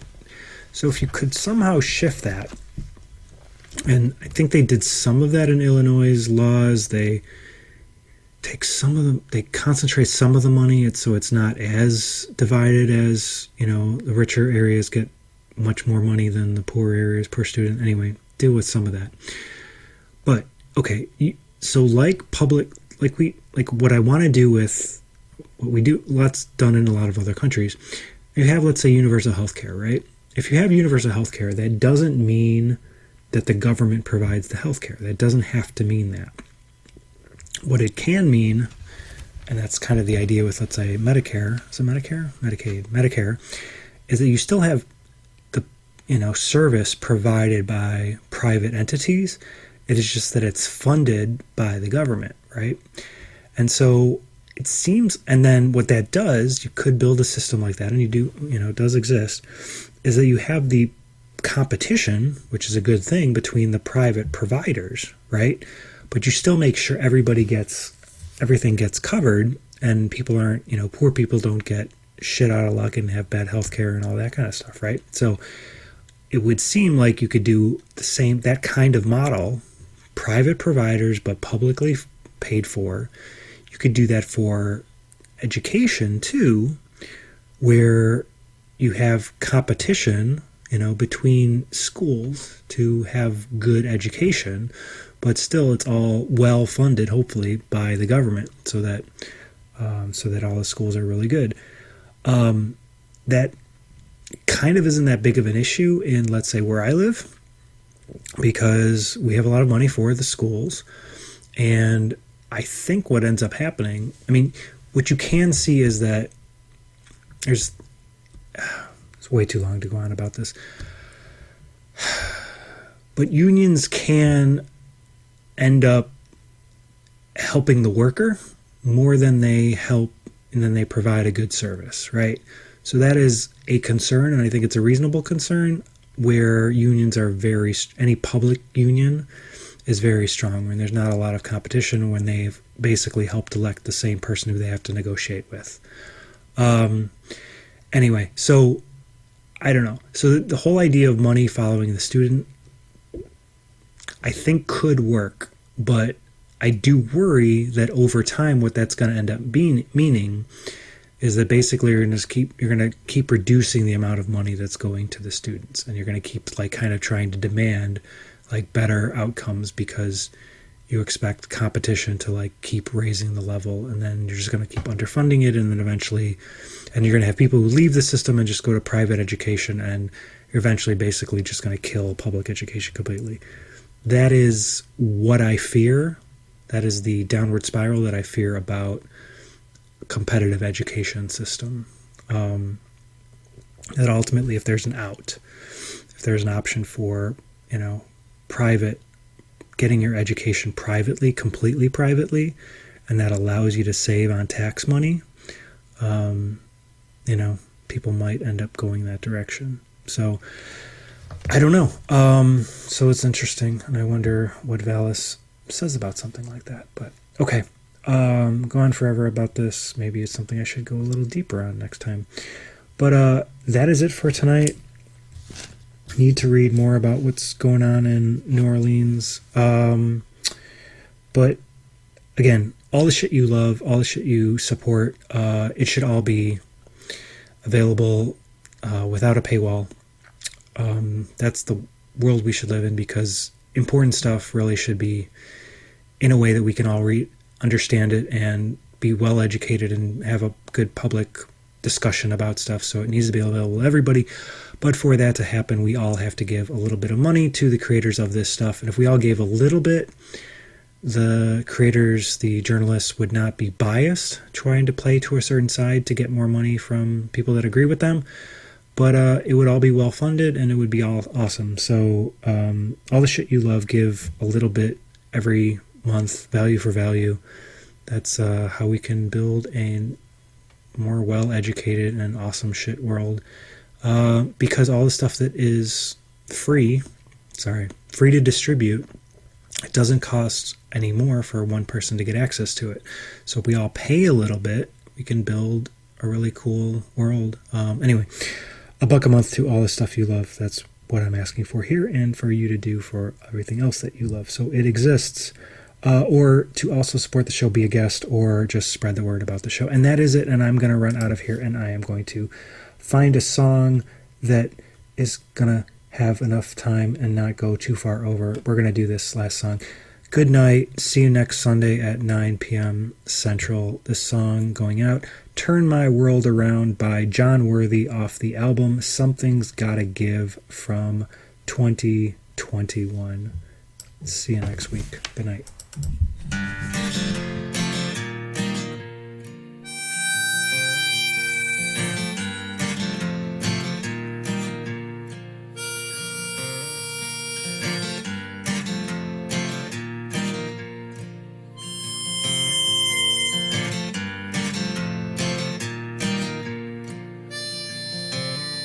She's everything I've ever dreamed. She's got this smile you won't believe. She'll pick you up, then toss you out. She's the finest girl without a doubt.